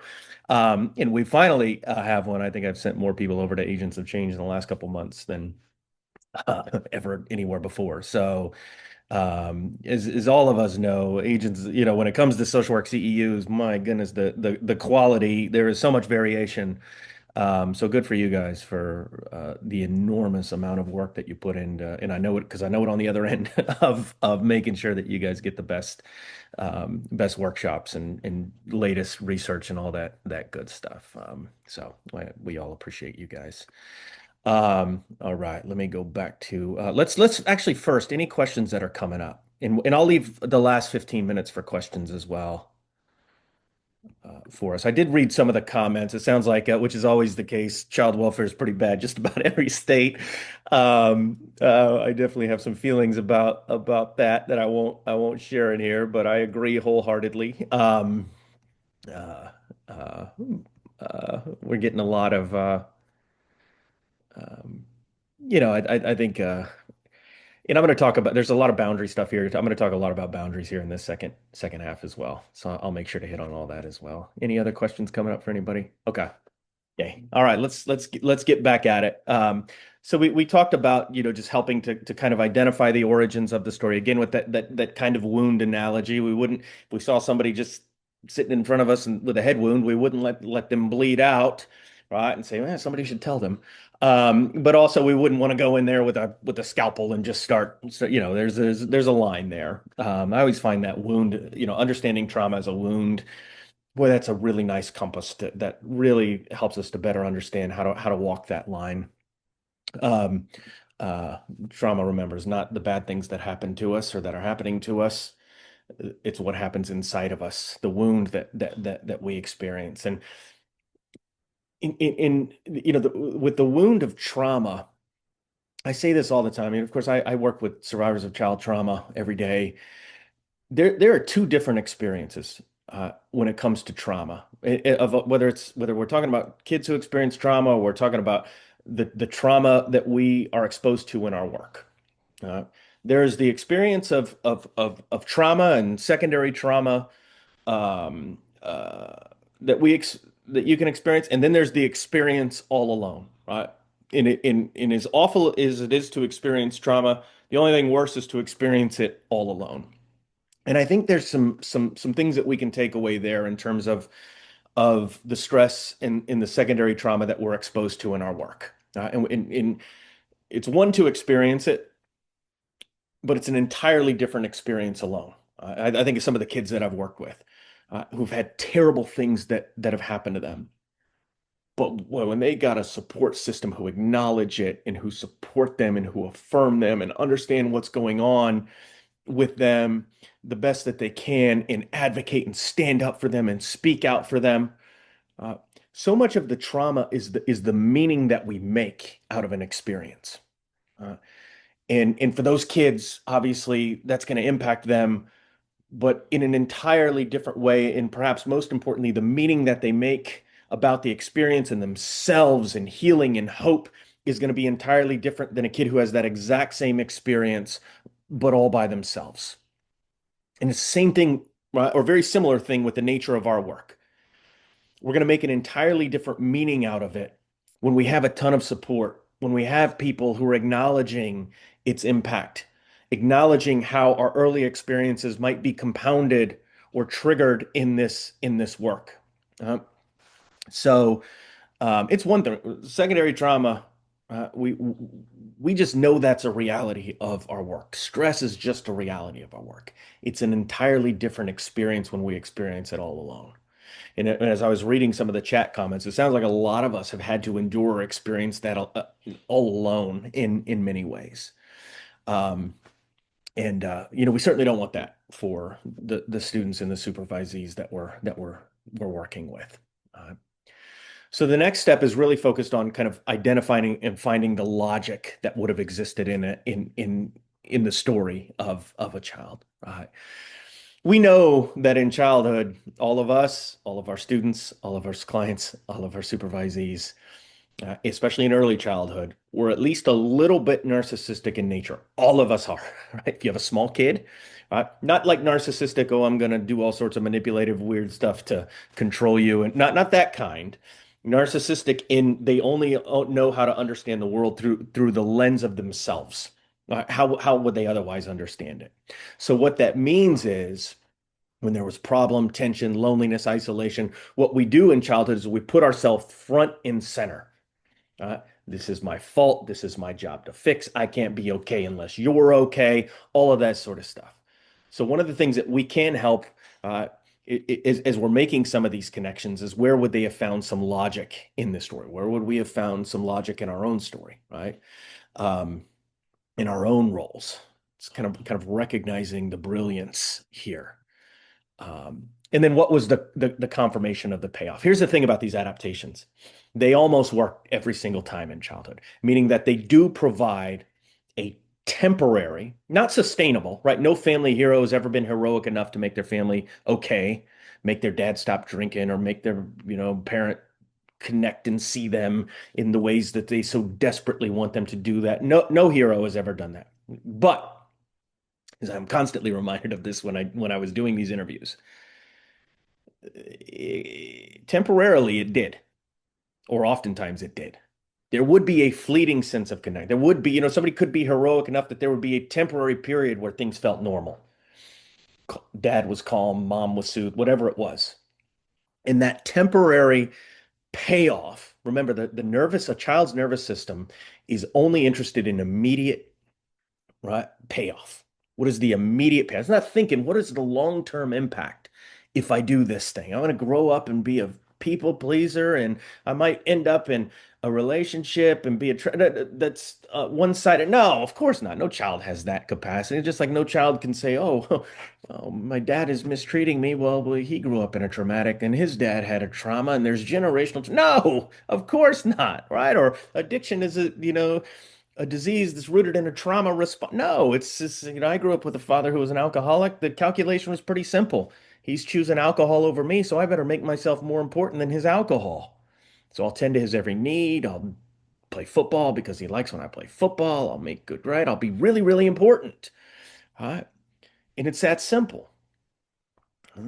So there's that immediate payoff, and it almost worked every single time.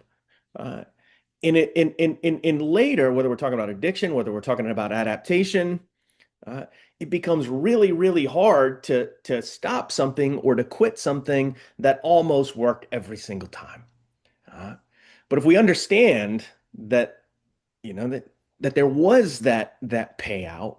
And sometimes in our work, again, it's like a mirror to childhood. There is a fleeting sense when we do overfunction or we do work harder than everybody else or outwork our client. We don't set the boundary. We don't set. Oftentimes there is a short-term payoff. Oh, we can always rely upon you, and you get that, and that little bit goes a really, really long way. In the same way that the little bit went a really, really long way for the family hero growing up. I see this all the time. I go to agencies and they say, well, what are you giving your employees to take care of them? Well, you get a pizza party. You get a, right? And for some of them, it's enough. The university that I work at, our president, every year when we come back, they pay us really, really terribly. They treat us really, really badly. But when they come back every year and they say, "Boy, you guys have no idea how much we appreciate you, and we wish we could take better care of you, but we just can't." And you can see for half the room this is like landing for them. You can see people like, oh, yeah, right. And then, of course, the social work or the people who have done some childhood work are like, no, you don't. If you cared about us, you would treat us better, obviously. Uh, but that's a lot of adaptive stuff. So a little bit goes a long way here for a lot of our students and our supervisees and for ourselves.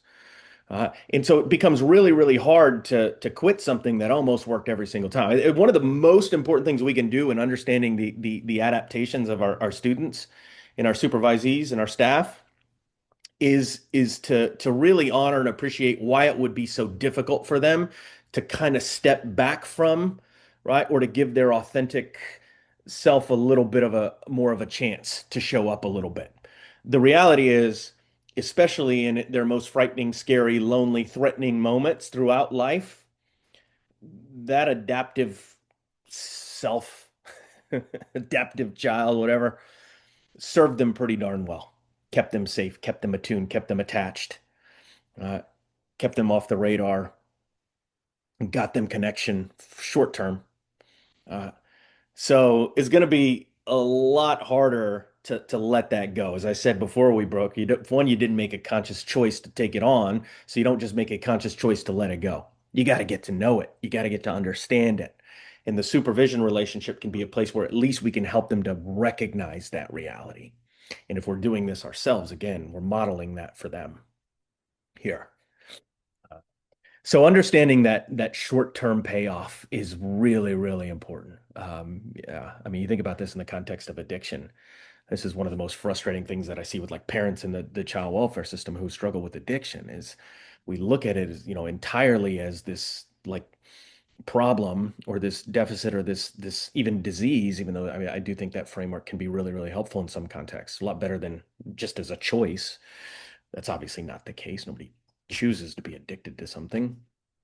But if you look at addiction, what does it offer in the short term? You talk to anyone who s struggles with addiction, right? It makes me feel alive. It allows me to feel numb. It allows me to escape from reality. It's the only time I can feel connected to people, or it makes me feel loved in some sort of ways, right? It does a lot. No other disease does that for us in reality. It's the same thing with these adaptations. Uh, it provides that fleeting sense, short term, with long term consequences here. Because oftentimes, what was entirely adaptive and necessary and brilliant then for our students or for our staff or selves is equally as maladaptive and problematic for us now. But again, I don't, unless I recognize that and I really honor and appreciate that adaptation for what it did for me back then, uh, it's not I'm not going to just be able to just shake it or let it go. That's not how that works. I'm going to move closer to it, get to know it, honor it, appreciate it, understand it, see its brilliance, see its wisdom.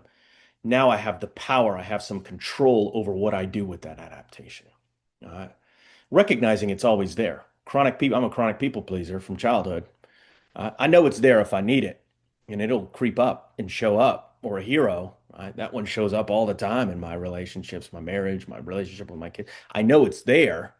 It mostly just creates problems for me, but I know it's going to be there if I need it. Right? And hopefully I don't need it in my relationships, but it'll be there if I do. And I'm not trying to pretend that sometimes we don't need these adaptations in our work. You bet. There are times where you have no other choice but to be a people pleaser or a hero or overfunction.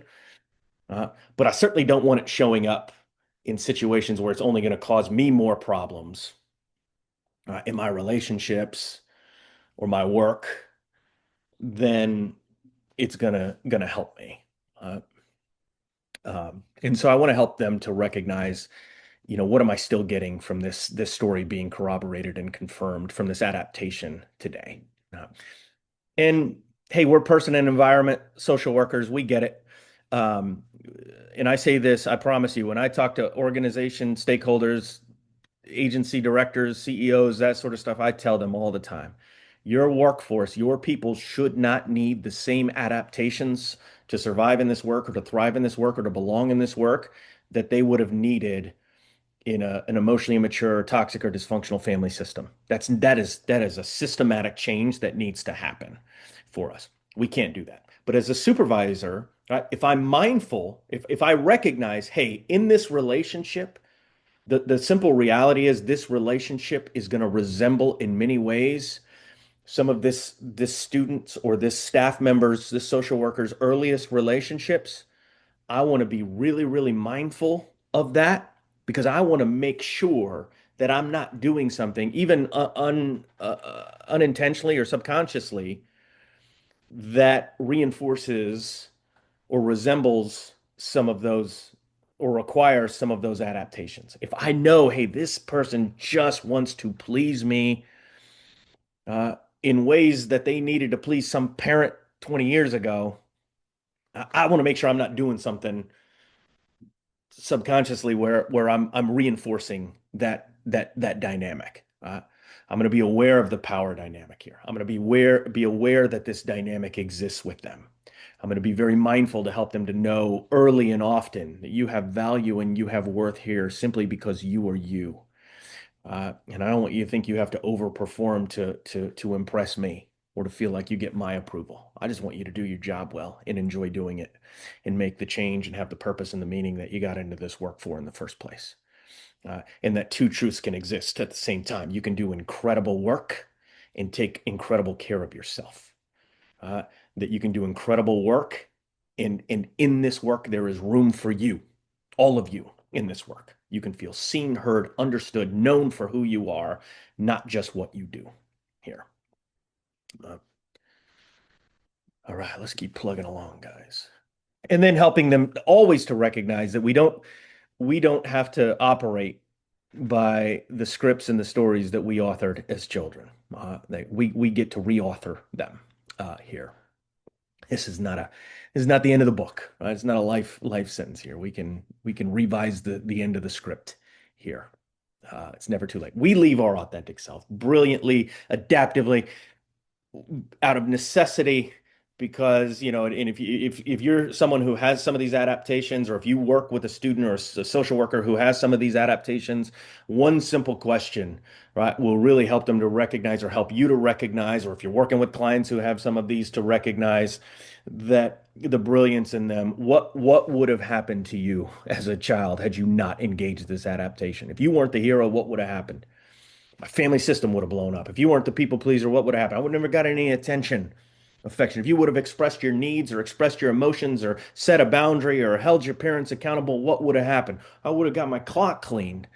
This is not a choice. There's not an option here. This is the brilliance of a child's nervous system. We do exactly what we needed to do in childhood to adapt, endure, attach, and survive. Uh, exactly, all the time, every time in childhood.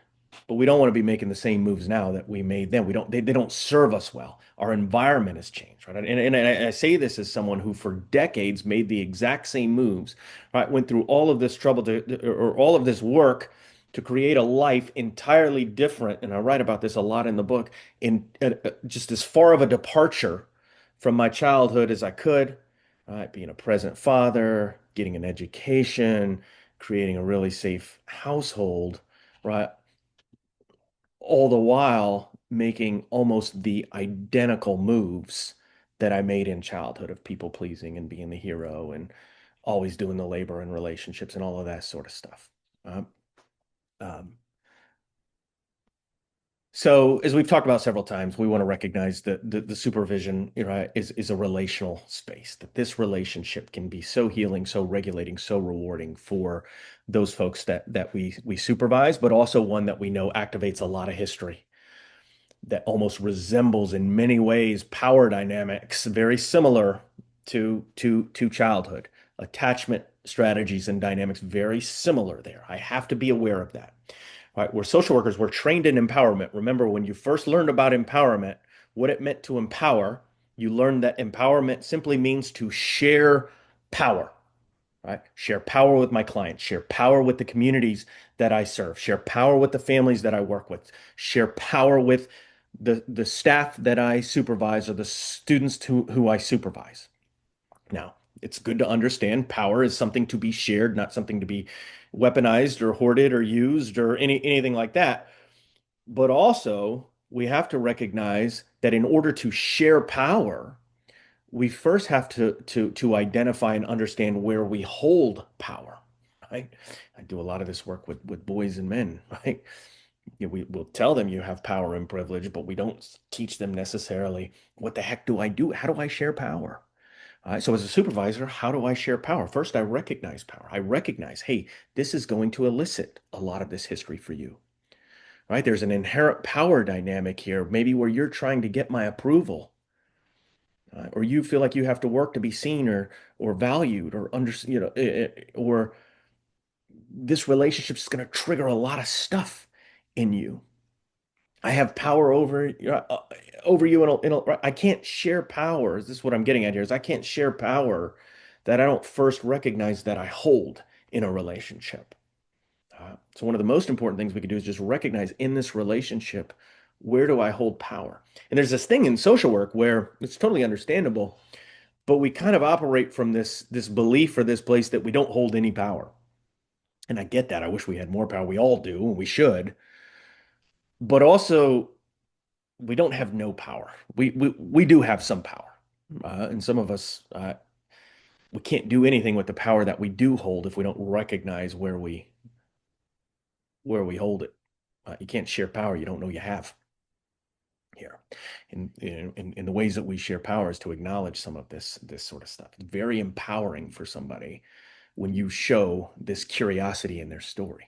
It's so empowering for somebody, right? If you're my supervisor, right, and I think there's just something inherently wrong with me that I can't set a friggin' boundary, right? Or I just can't say no, or I overfunction, or I overwork, or I feel like I don't belong, or I feel like there's no space for me, and you come in and say, "Hey, this is a space you can be big."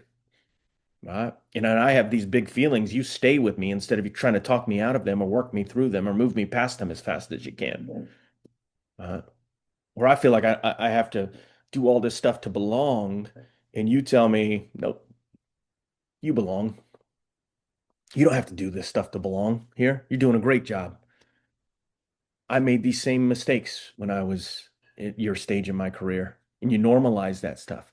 That is sharing power with somebody. It's incredibly empowering for them. It's very liberating for them. Your curiosity about my story, what has happened to me, as opposed to what is wrong with me, right? Your emphasis not on what is wrong with this behavior now, what was right about it then, that's empowering for me. That's liberating for me. That's trauma informed. It's compassionate. I matter to you. There's space for me.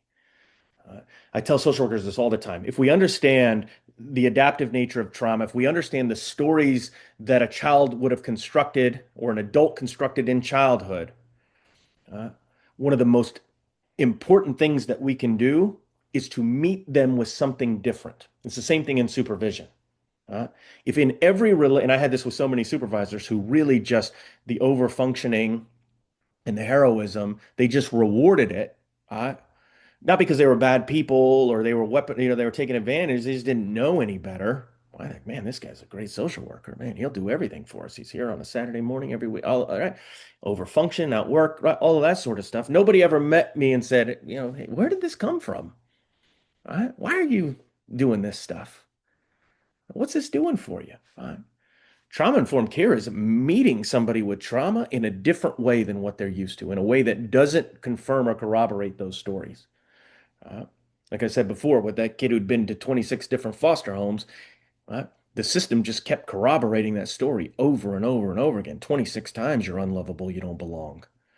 Uh, when we meet somebody in a different way, now that's how you challenge that narrative a little bit. You realize, this narrative might be a little bit problematic for me, or I have the power to write a new one here.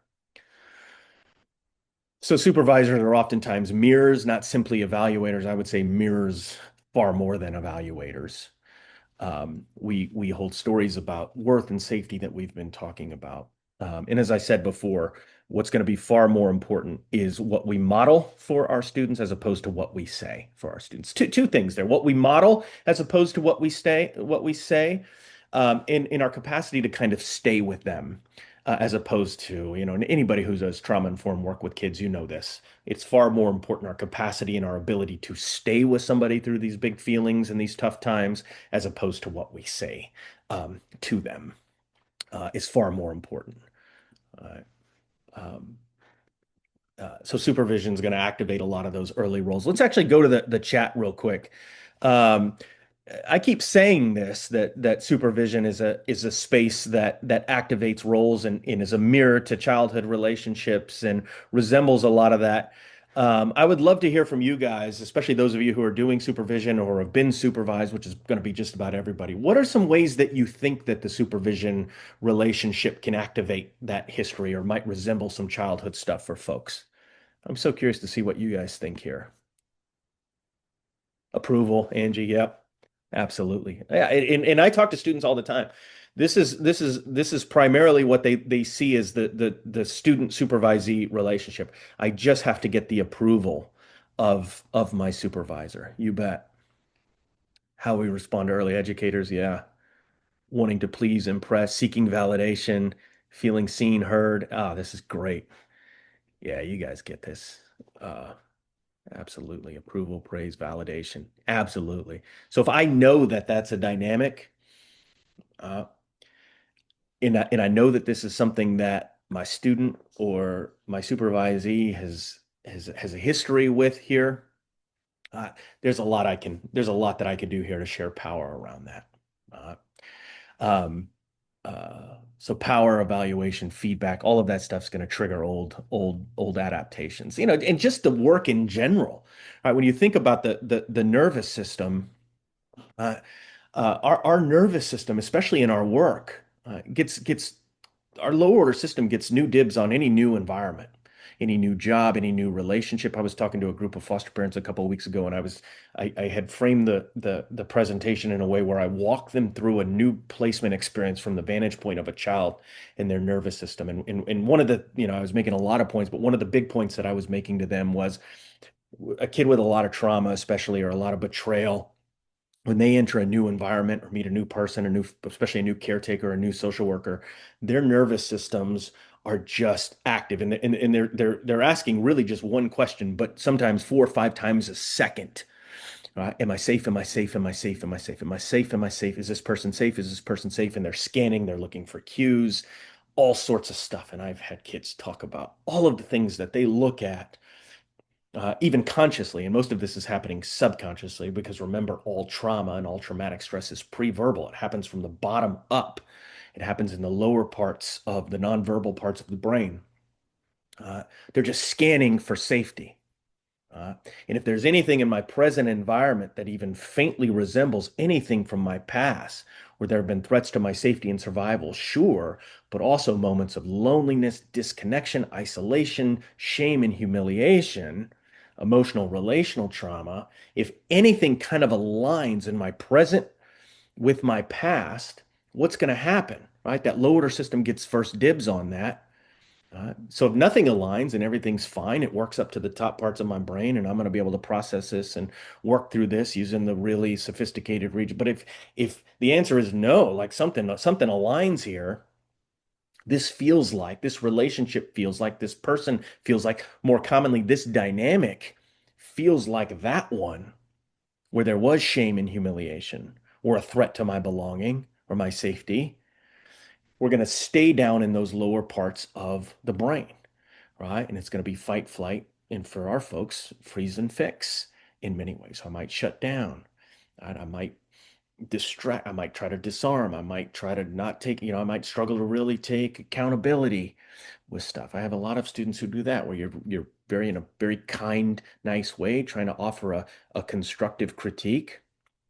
Right? They're overwhelmed with shame in the moment. They don't realize that. Maybe sometimes I don't even realize that.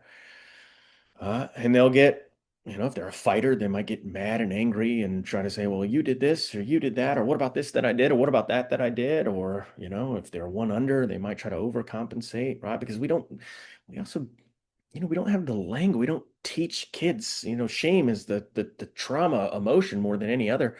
But do we really teach kids or adults how to work through and process shame? No, of course not. Um, but we can do that now. If we identify it, we say, hey, you know, something's going on here. You might be feeling a little bit of shame here. You made a mistake.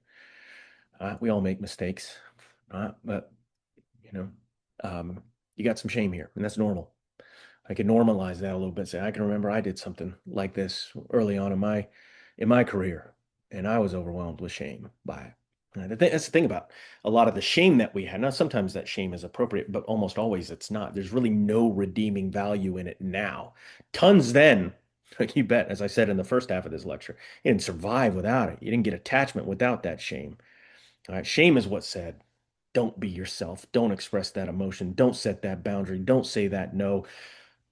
Don't tend to your needs, tend to everyone else's need. Right? That shame is what says that.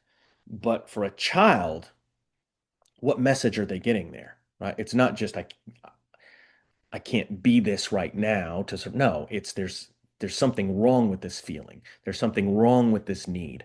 There's something wrong with this boundary. There's something wrong with this feeling. Uh, and then worse, there's something wrong with me here.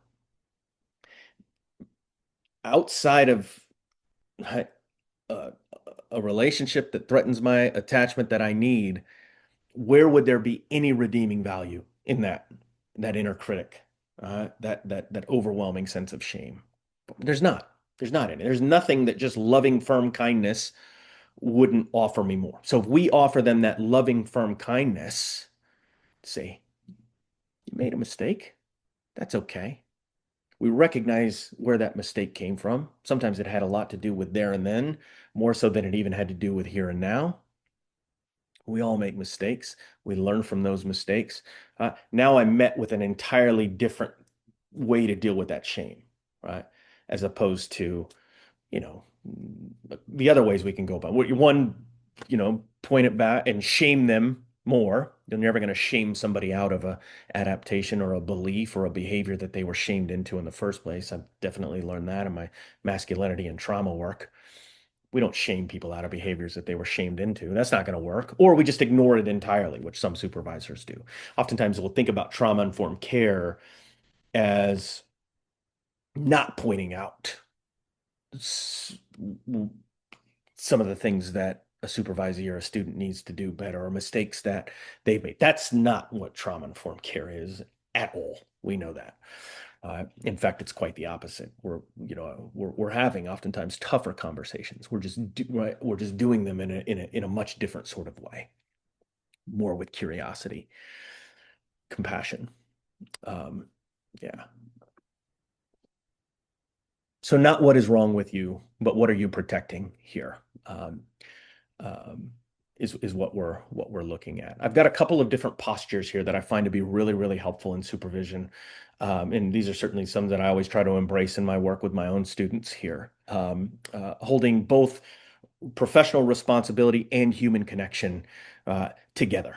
Two truths can exist at the same time. I can be professionally responsible. I can have those difficult conversations. I can hold my students accountable or my staff accountable. I can point out what they need to improve upon, all of that sort of stuff. All the while valuing human connection and relationship and story. Understanding behavior often as adaptation in a way very similar to how we would with our clients, not as defects, not as being broken or anything like that. You're not going to shame somebody out of a behavior they were shamed into. And creating safety while simultaneously making sure we don't remove accountability here. I wrote SAMHSA years ago when when I started teaching the 6 pillars of trauma-informed care. and said, I think we need to have a seventh one, accountability. Nobody ever responded, but a seventh trauma-informed care pillar, I think should be accountability here. But this idea that we can't explain a behavior and understand a behavior and not excuse a behavior simultaneously. Like we can walk and chew gum at the same time. Two truths can exist at the same time. We can explain a behavior, we can understand its origins, why somebody does it, uh, and not excuse it at the same time. So that's kind of think about that in terms of trauma informed. I'm not trying to excuse, minimize, dismiss a behavior, overlook, ignore a behavior. I can address it, but also understand it really, really well. This is one of the most empowering things we can do with kids. I think about this with a lot of the boys that I work with, and especially like juvenile prisons and foster care. I never excuse any behavior. Accountability is so you need to be accountable for your actions, especially if your actions have harmed somebody else, or for a social worker, if your boundaries could have harmed somebody or the agency, or could have made us vulnerable to something, or you vulnerable to something, or your clients. No, we cannot. We cannot afford to not hold them accountable for that. We can explain a behavior without excusing it. Uh, um, so we're not lowering expectations. We're not avoiding hard conversations. In quite the opposite. I say that, I teach social work classes, and there's this myth, I think, this idea because of all the misinformation about triggers that in college classrooms like this one, we don't talk about hard things. I always say, come to one of my classes, right? I know Megan, who runs Agents of Change, teaches child trauma classes at Michigan. Go to one of Megan's classes. You'd think we don't talk about heavy stuff and hard stuff. It's all we talk about in these classes. We just do it in a thoughtful, sensitive, affirming way that really respects the inherent dignity of people and values their lived experiences, right? Those two truths can exist at the same time. Come on, who are we kidding? Um, uh, and we're certainly not excusing harm or boundary violations or any of that sort of stuff. Of course not. Um, so the four postures here, first I have curiosity over judgment, attunement over assumption, boundaries with compassion, and then of course the narrative awareness that we've already talked about here. So when we talk about curiosity over judgment, we want to recognize that the behavior is protecting something, especially when it comes to boundaries. Boundaries, of course, are going to be the issue that's going to come up the most in supervision, the things that students struggle with the most, especially setting boundaries that protect them or boundaries to stand up for their clients. These are going to be the two most common. We hear this from supervisees, supervisors all the time. Boundaries are what we're spending a ton of time talking about. Students either not having good boundaries, not setting boundaries, not valuing boundaries. We get that. That's understandable. Now, as I said before, to tell a student to set a boundary, or a social worker, especially with a big child trauma history, to set a boundary, who grew up in an environment where boundaries simply did not exist. You think about a family ecosystem, especially an emotionally immature family ecosystem, a family ecosystem that's really dysfunctional or toxic. Two things cannot live in those ecosystems. All right. The first one is accountability, which we just talked about. But the second one, and perhaps the most important one, is boundaries. Just imagine.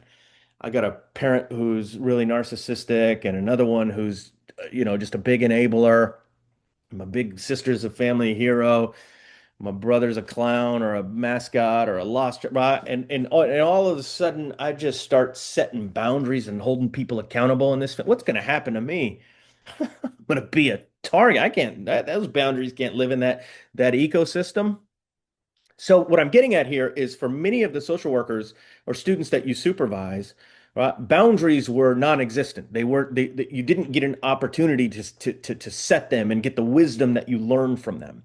One thing that I always do with students, and this is always a tough day in class, but it's a really empowering one, a really helpful one, is I make them, or I don't make them, I ask them or encourage them to identify a few moments or at least one moment from childhood where they would have best learned about boundaries, how to set them, what happens if you set them. And it's always tough for them, but it always goes kind of the same way. Most of them are able to identify something, and sometimes they'll have great stories. My parents taught me boundaries from the time I was 2 feet tall, and it was really valued and emphasized. But of course, more commonly, that's not the case, right? and then I help them kind of make some connections. Like if this is what you learned about boundaries, how might that show up in your work? And I always share some of my own, and I tell several stories about boundaries in the book. But there's one that always comes to mind for me. I'm 13, about to be 14 years old. My mother and I had just gotten out of this really abusive relationship with my father. It's the early 1990s, and my father, the child support laws were really, really bad back then. And my father had somehow managed in his grandiose narcissism to pay $50 a month, which gave him access to me every weekend. And it wasn't access that he just wanted to spend time with his son who he missed. The access was, I want to punish you for ruining my life by leaving me and your mom leaving me. And he lived in this house with a whole bunch of people across town. There's no running water, no power. And I would have to go every Friday night. Now, it was miserable. I hated it. Uh, but I had some lessons around boundaries here. Uh, and it really went the two important things here. So first I look at my relationship with my mom. My mom was amazing. I love my mom so much. I also knew my mom was dealing with an overwhelming sense of guilt and stress. She's a single mom, she's a janitor. She feels a ton of guilt for everything that the family's been through, and we're poor, we're broke. I'm not going to burden her with one more thing. I think I'm going to go to her and say, Mom, when I go to dad's, it's terrible. It's awful. I hate it. I get sick the day before. I developed a tick that I still have where I touch the back of my neck constantly during that time. No, I'm not going to do any of that. So I would just tell her, oh, it was fine. It was fun. We had a good time. He was fine. That was it. And I wouldn't get into what we did, but I would just say it was fine. I don't want to burden her. I don't want to worry her. Now, the other piece of this, you think about my dad's this big, strong guy who, typically anytime if I would ever try to take up any space, he would make my existence in my life 10 times worse. Do you think I'm going to hold him accountable and stand up to him and say, I don't want to go or treat me? But no, of course, that's not an option in child. He can't set that boundary. I would have got my clock cleaned. It would have been 100 times worse for me if I would have done that. Really had no option but to endure that. Uh, so there's one night in particular. I'm like I said, I'm almost 14 years old. My dad comes. He usually picks me up at 5 o'clock on Friday evenings, but it's like 9 o'clock. So he's really late. And any child of an alcoholic knows that can only mean one thing. He's going to show up drunk out of his mind. So he shows up drunk out of his mind. I go get in his street, drove a potato chip delivery truck. And uh, he's driving out of the parking lot, and I realize, oh my God, he is way too drunk to drive this truck. He lived 45 minutes across town. There's no way he's going to be able to drive this truck. We're going to crash. We're going to crash. We're going to hurt somebody. So I did the thing that I would do that I was so good at with him. I would disarm him. Whatever I needed to do in the moment, I could usually disarm him, distract, disarm, irritate, anger, get him drunk, right? To get it over with, right? Whatever it was, I usually as a kid knew exactly what to do to deal with him. So in this moment, I said, what are my options? I got to get him out of that seat. So I convince him that I've been driving my friend's car and that I bet I could drive this truck. And I put $20, and I know he's broke. I put $20 on the dashboard and I say, I bet you can have this $20 um, uh, if you let me drive this truck all the way to your house. I can do it, I promise. So he's drunk enough to agree to this. He goes to the passenger seat, which is a good thing because in about 5 minutes he's completely passed out. Now there's one problem here, and that problem is I'd driven a go-kart. I'd never driven a car, let alone this big truck. So there I am, barreling down the Patriot Freeway in El Paso, Texas, driving this potato chip delivery truck. Neither of us managed to even get the headlights on this thing. It's 10 o'clock at night. Uh, too afraid to hold him accountable. Too afraid to tell my mom how bad things are going. Just enduring it. Like this image, this moment would best capture the exact way that I navigated boundaries throughout most of my professional career. I'm not gonna burden somebody with my problems, and I'm not gonna hold people accountable when they're not treating me well. Uh, so sometimes when we can capture the moments there, or we can help our supervisees best kind of capture the moment. Where did you learn? How did you learn to set boundaries? What did boundaries look like in your family system here? And we also want to be mindful of dynamics of racism and patriarchy and that sort of stuff, right? Like how we set boundaries and the option of boundaries can look entirely different based on some of those experiences and our identities and some of that stuff as well. Bigger consequences for setting boundaries. Um, so curiosity there over judgment, right? Oftentimes the judgment, just the shame alone or the evaluation alone is going to reinforce some old survival narratives. Um, uh, Shifting, especially with boundaries, from why didn't you do this to what made this feel risky or what made this feel right for you in that moment, right? And that shift is from one of performance to one of meaning, which in supervision, trauma-informed supervision is a really, really important shift. I read about this a lot in the book too, right? The difference between performance and in meaning and purpose in some of this stuff, right? Just like it is with our clients. Attunement over tone, so be mindful of things like pacing, nervous system cues, look for those shifts in attention and awareness and emotions, shutting down, becoming hypervigilant, a lot of attention seeking or affirmation seeking stuff. Oftentimes, those are things that we can be cued into to say, hey, are there some elements of the past that are showing up here?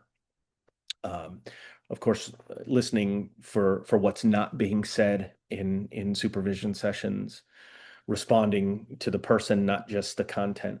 When we talk about boundaries with compassion, um, helping them to know, like as we've said several times here, that you can still be held and respected and your dignity honored and still be redirected and held accountable. Those are not opposites. Those are not mutually exclusive of one another. And we've talked a whole bunch about the narrative awareness at this point.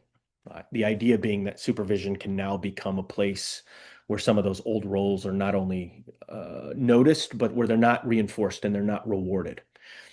Anybody who experiences, especially like emotional, relational trauma early on, and I say this all the time, I have 5 kids who could teach all day long about this with a father who is pretty emotionally mature and who studies developmental trauma, right? Like there have just been moments or dynamics where I have not done a very good job of kind of honoring or recognizing or fostering their authenticity. Uh, um, like that just happens.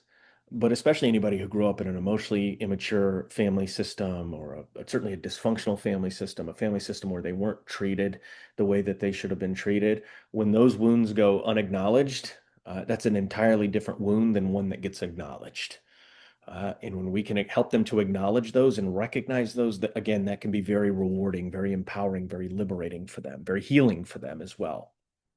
Um, we've talked a lot about the making sure that performance is not always tied to worth, or worth isn't tied to performance. Um, Questions that invite, not instruct, right? Where they can feel safe to share, that's important. Uh, be very mindful of those evaluator instructional questions that kind of prioritize performance. Not to say that we can't ask those, but not just in isolation by themselves. Invitational questions, relational questions. Not what did the client say or do? What did you feel when the client said this? What did that elicit in you? What was it like for you to hear your client say this? I think a lot of us are doing a really good job of that sort of stuff. Um, uh, we talked about why boundaries can feel so risky. We talked about the supervisor as a mirror. Be mindful of that martyr dynamic. I get it; it's well intended. For many of us, it's our own childhood adaptation. If I fall on the sword, if I do all the work, if I overfunction, it means you won't have to overfunction as my student, as my supervisee, as my staff member. Uh, you can recognize and honor that adaptive response, but you don't necessarily, want to keep doing it. I hear this from especially students all the time. Uh, they're watching what you're doing. They're more interested in what you do and what you model than even what you say to them. So when you're doing the work of authenticity, when you're healing wounds, when you're showing that you can take up space, when you're sharing those healthy no's, when you're setting those boundaries, when they see you speaking up and standing up for clients, even if there might be some risk to attachment or belonging, that's what they're studying. That's what they're looking at far more than you saying, do these things for yourself. Uh, um, they're they're uh, they're looking at what's being modeled. So be really, really cautious and careful, especially with the over-functioning here. They're looking at that. And again, they're saying, hey, in order for to be a leader in this organization or this agency or in this system, this is what I have to do. Uh, and there's not room for me, all of me, in this work when I do that here. Mhm. Also just being kind of mindful of, I call this the blank stare of our work. I love social work. Nobody, you can find me on the UT campus or the St. Edward's campus, sometimes just randomly finding students who seem really socially minded or just kind and compassionate or smart and trying to convince them to be social worker. Like I love this profession. I believe in it. But also we recognize that for many of these adaptations that we have, many of these stories that we tell, many of these triggers that we have, this work will wrap those up real nice and neat, put a bow on them and deliver them right to your doorstep, right? Like we have a lot of triggers in this work. I think of a father that I worked with, and I had kind of prided myself on being one of these social workers who, especially in the foster care system, the child welfare system, who really valued and appreciated um, uh, parents, especially kind of understood for every parent, they don't wake up one morning and decide to put their kids in situations or not be the parents that their kids need them to be. It's all rooted in their own childhood trauma. It's just their own childhood trauma all grown up, whether it's the codependency or the addiction or the home, whatever it is, poverty, right? Whatever, and a lot of it's structural and systemic. We know that. It's a result of poverty and racism. We know this. Uh, and so I kind of prided myself on being somebody who was very compassionate and very empowering with parents. Um, but there was one in particular that I remember, and that wasn't the case. It was a father, and I would find myself kind of pathologizing him, and I'm not a pathologizer. I mean, the DSM-4 props up my couch. I don't. That's all I use it for. Right? I'm all about what happened to you, not what's wrong with you. Um, I found myself being very impatient with him, not at all being curious about the things that have happened to him, kind of undervaluing and prioritizing how much he cared about his son and how much his son cared about him, which was completely out of character for me. That's not how I did social work. And I didn't have any good reason for it. There was just something about him. So we're riding on an elevator at CPS one day, and the elevator closes. It's just he and I in the elevator.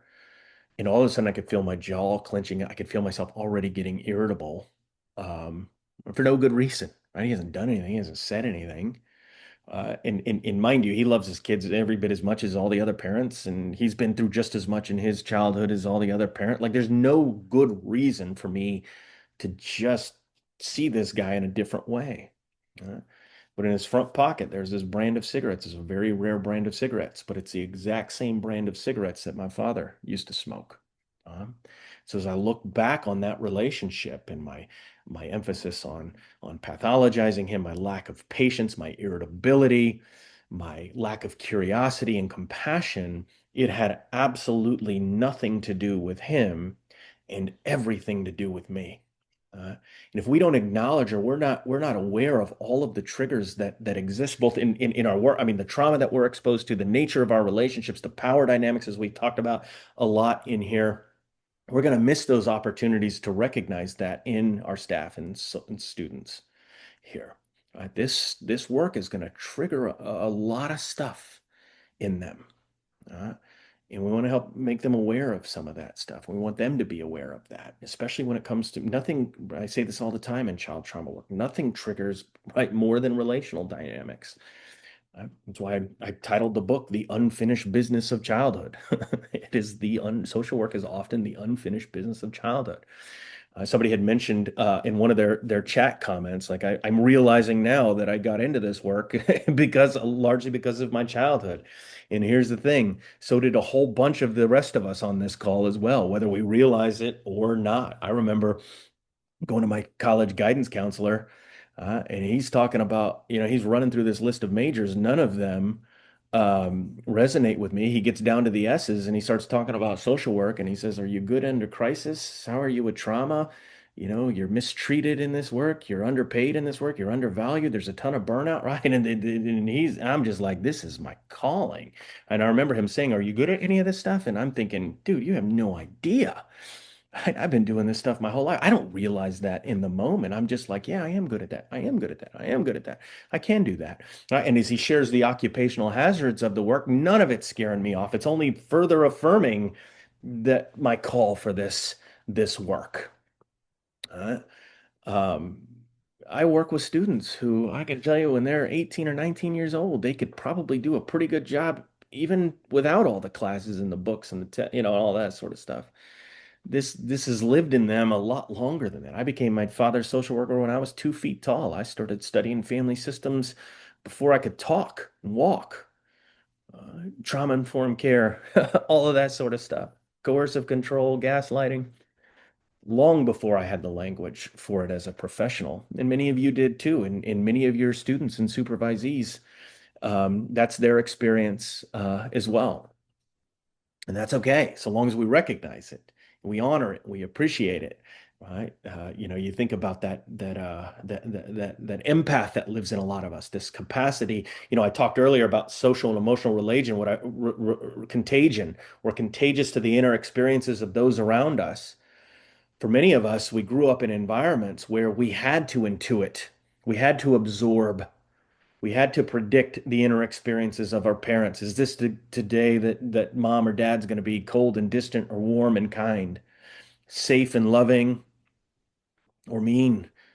Is this going to be right? We're looking for those little windows of opportunity to connect. And so we had no choice but to absorb and be keyed in and tuned into their inner experiences. And it started as just like everything else, it becomes more patterned. You become better at it, becomes kind of second nature. Every single one of us became good at the things we spent childhood doing. Right? If I have a soccer ball velcroed to my foot, I'm going to be a good soccer player, right? Like I'm going to be Lionel Messi of soccer, or the Serena Williams of tennis, or if I had a guitar in my hand, right, I'm going to become the Tom Petty of. But if I had to spend my entire childhood trying to predict and intuit and read the emotions and the inner experiences and keep safe and look for these windows to connect and to caretake and all of that sort of stuff, well, I'm going to be the LeBron James of social caretaking and emotional intuition, right? Which is going to make me one heck of a social worker. Because what an advantage I have. I can quite literally intuit what's going on inside of the people I'm trying to help. Man, that's going to make me really good at this work. They're going to feel seen. They're going to feel heard. At the same time, what makes us often, especially the childhood stuff that makes us so great at this work, is the exact same thing that makes us so much more vulnerable to its effects, to the burnout, to the social, emotional, relational contagion, to the secondary trauma, to the moral injury, to the compassion fatigue here. The way I like to think about this is think about this in two baskets. Uh, so this work, uh, it puts us on the front lines often of the very worst that society and humanity has to offer in the form of racism. I know we got a lot of child welfare people in here, injustice, family separation, immigration, family separation, uh, poverty, trauma. Uh, Not only are we at the forefront on the front lines of the very worst, that the right society's greatest moral failures, biggest suffering, it's kind of our job to help people to heal, right? Or to stand with them or be with them in these moments. And I never try to reduce or dismiss or minimize the effects of this work. It is what it is, right? And that's what we signed up for. So in this basket is going to be what gets 99% of the attention: secondary trauma, moral injury, compassion fatigue, burnout, stress, injustice. This is the nature of our work, right? So that's in this basket over here. Now, the only way that we can do this work in a sustainable way is if we have something to counterbalance all of that stress, all of that trauma, all of that injustice and that burnout and all of those sorts of things. So now we have another basket over here. And this one gets about 1% of our attention in social work education, which is really, really unfortunate. And this one is what we're going to call compassion satisfaction. It is the antidote to everything that is over here. In the same way that this work puts us on the front lines of the very worst that society has to offer, the greatest moral injustice and moral failures in a society, it also happens to put us on the front line of the very best of it. In that we get to surround ourselves by other people who are equally as committed to justice and healing and kindness and compassion as we are. And perhaps just as important, or maybe even more important, that we get the privilege of sitting with people and being trusted with their stories, in being able to walk alongside of them as they navigate that pain and injustice. Uh, there is an incredible sense of purpose and meaning that comes with this work, right? I ask my students, I teach an intro class. So picture just a bunch of 18, 19-year-old young people. They had the option to choose from, I think our university offers 51 different majors. And when I teach at UT, it's even more. And I say 51 majors, and here we are. You guys all chose social work. Tell me why. And I am genuinely curious. Like I am so intrigued by this. And I say one caveat, one thing you can't tell me you want to change the world. That's too easy. Give me something else. And they'll get there, but they always get to the same place. They'll say, I want to be what I didn't get, or what my family didn't get, or a loved one or a friend didn't get in their toughest moment, or maybe some of them what I did get. Uh, but I want a career, I want a life of purpose, in of meaning. And then I give them the create change one because that's why we all got into this work to some degree. Right? Nobody's in here because you wanted to make a bunch of money, I don't think. Uh, and here's the thing. In that sense, the work does deliver. There is nothing that offers no work that I can think of that has more purpose and more meaning, especially trauma work. You're doing immigration work, you're doing child welfare work, you're working with survivors of in whatever capacity, or hospital social work or school social work, right? All of them. There is no more work that has more dignity, more purpose, and more meaning that I can think of than this work. So in that way, it does deliver, but only so far as we allow it to. And unfortunately, when we train social workers, we don't train you in a way to say, hey, here's how you fully experience the satisfaction that comes in this. No, we leave it entirely up to you. And most people will never do that work, ever, because that work is hard. You have to be very intentional. I make my students do it. I'm a really, really nice teacher. I give really, really good grades usually. And so I have these students who are just highest performing students. Most of my students, you could tell them to climb Kilimanjaro by tomorrow, and if you want to get an A in this class, and most of them would do it somehow. You just think of these high performing, super perfectionistic, oftentimes people pleasing students, right? Their grades are so important. They all want to go to graduate school at these fancy colleges and stuff like that. But when they're in practicum class, I make them do this thing with at the end of the day, 30 minutes where you have to, and I make any social worker that I work with do this. I want you to be honest, and I want you to start writing about the impact and the imprint that you had in the lives of your clients or students or community, whatever you're doing, families, whatever it was. So the students will turn that into me. And these high performing students who in 4 years have never turned in work that wouldn't get a 100 turn in stuff, and to use their language, it's trash. It's awful. They can't do it. So I send it back. I put an F and I send it back and I say, you can resubmit. And at this point, they're like, who is this guy that we thought we've known for 4 years? But there's a reason that I'm doing this. That I want them to recognize this is really, really important. And I want them to recognize you may be good at everything else. You are not good at this. And you need to get good at this. Because at some point, when you start being exposed to the stressors of this work and the trauma of this work and the injustice and the systems and the institutions and the unfinished business that it evokes in you from your own childhood and relationships, the only thing that is going to make this work sustainable for you is for you to make sure that what is in this basket, the satisfaction that comes with this work, we don't get to drive by buildings and say, I built that, right? We don't get paychecks at the end of the month that are big and huge and said, oh, here's, this is for all the hard work that I did. No, we have to be intentional to actualize that and experience that and understand that ourselves. What is the impact that I have? I had a student not too long ago, just a couple weeks ago, said a kid came out to me, and I was the only person they've ever come out to, a ninth grade student. So what does that mean? Of all the people in the world, you were the one that they trusted the most with this. What does it say about you? Right? Or that you get to sit with somebody in their most difficult moment, or you run a group and the kids open up for the first time, or they say, this is the only place I can be myself. Like, what does that really, really mean? What does that say? What is the impact? Where is the purpose? Where is the meaning? What is the imprint that you had in their lives? Uh, that is the satisfaction. And as I said before, unfortunately, we don't really do a good job of teaching people. And for a lot of us and a lot of the students and a lot of the folks that we supervise, there's going to be a whole bunch of childhood stuff and imposterism, and killjoy adaptations and all sorts of stuff that keep them from fully actualizing and recognizing and experiencing the satisfaction that comes with this work. Uh, and this is something that I encourage all of you to do with yourselves, but with your supervisees, with your students.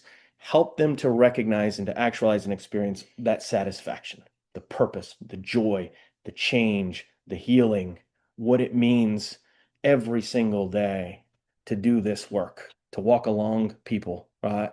As they're experiencing, and I get it. Sometimes it's tough because sometimes we're in systems like the child welfare system, where the system is designed in such a way where there's so much injustice. So sometimes it can feel like we're a part of that system in many ways, and that can all of those sorts. I get it. All of that stuff makes this a lot harder.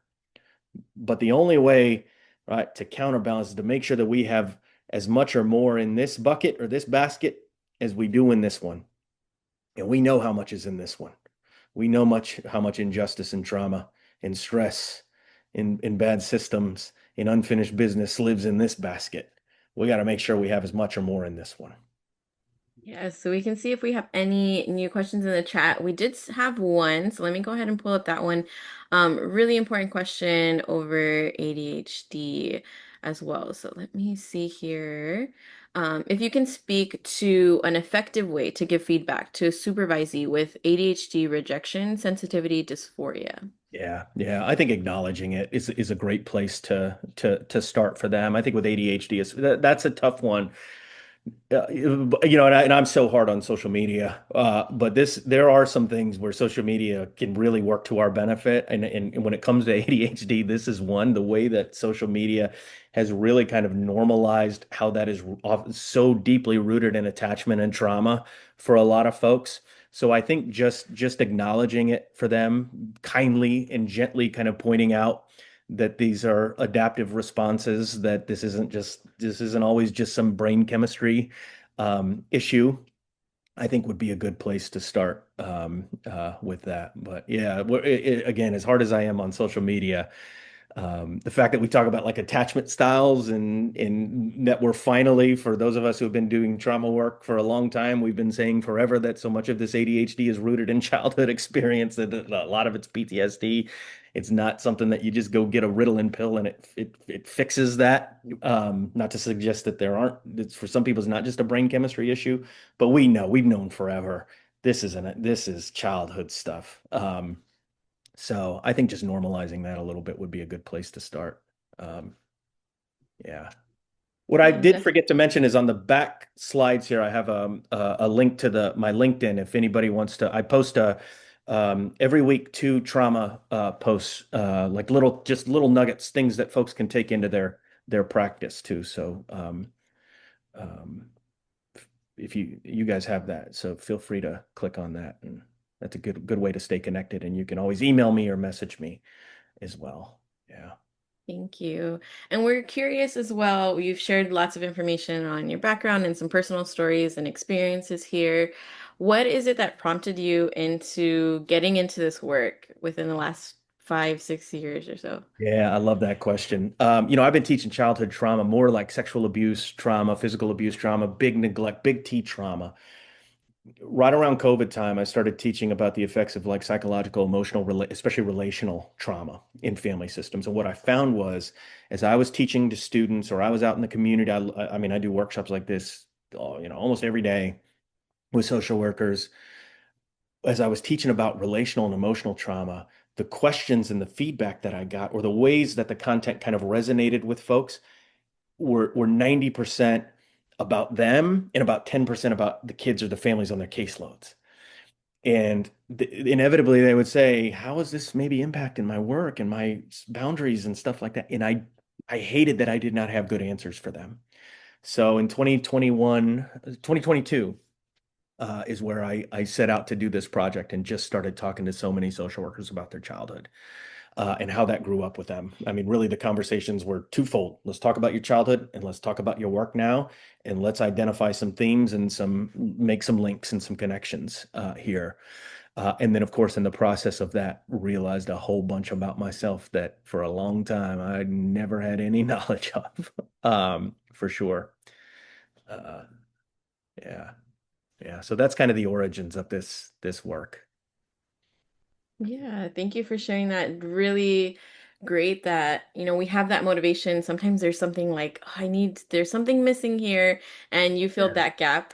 And we really appreciate having you here to share this information with us and, of course, have access to this book to read in a little bit more. I hope you enjoyed this continuing education course from Agents of Change. Want to earn your CE credits for this course? Visit agentsofchangetraining.com or the link in the description to purchase the course and take the post test. If you're looking for more CEs, check out our unlimited plan. You will get unlimited access to 150 plus ASWB and NBCC approved continuing education courses for one low annual fee. We're always adding new courses. Did I mention we also have 5 free CE credits available too? Check it out at agentsofchangetraining.com.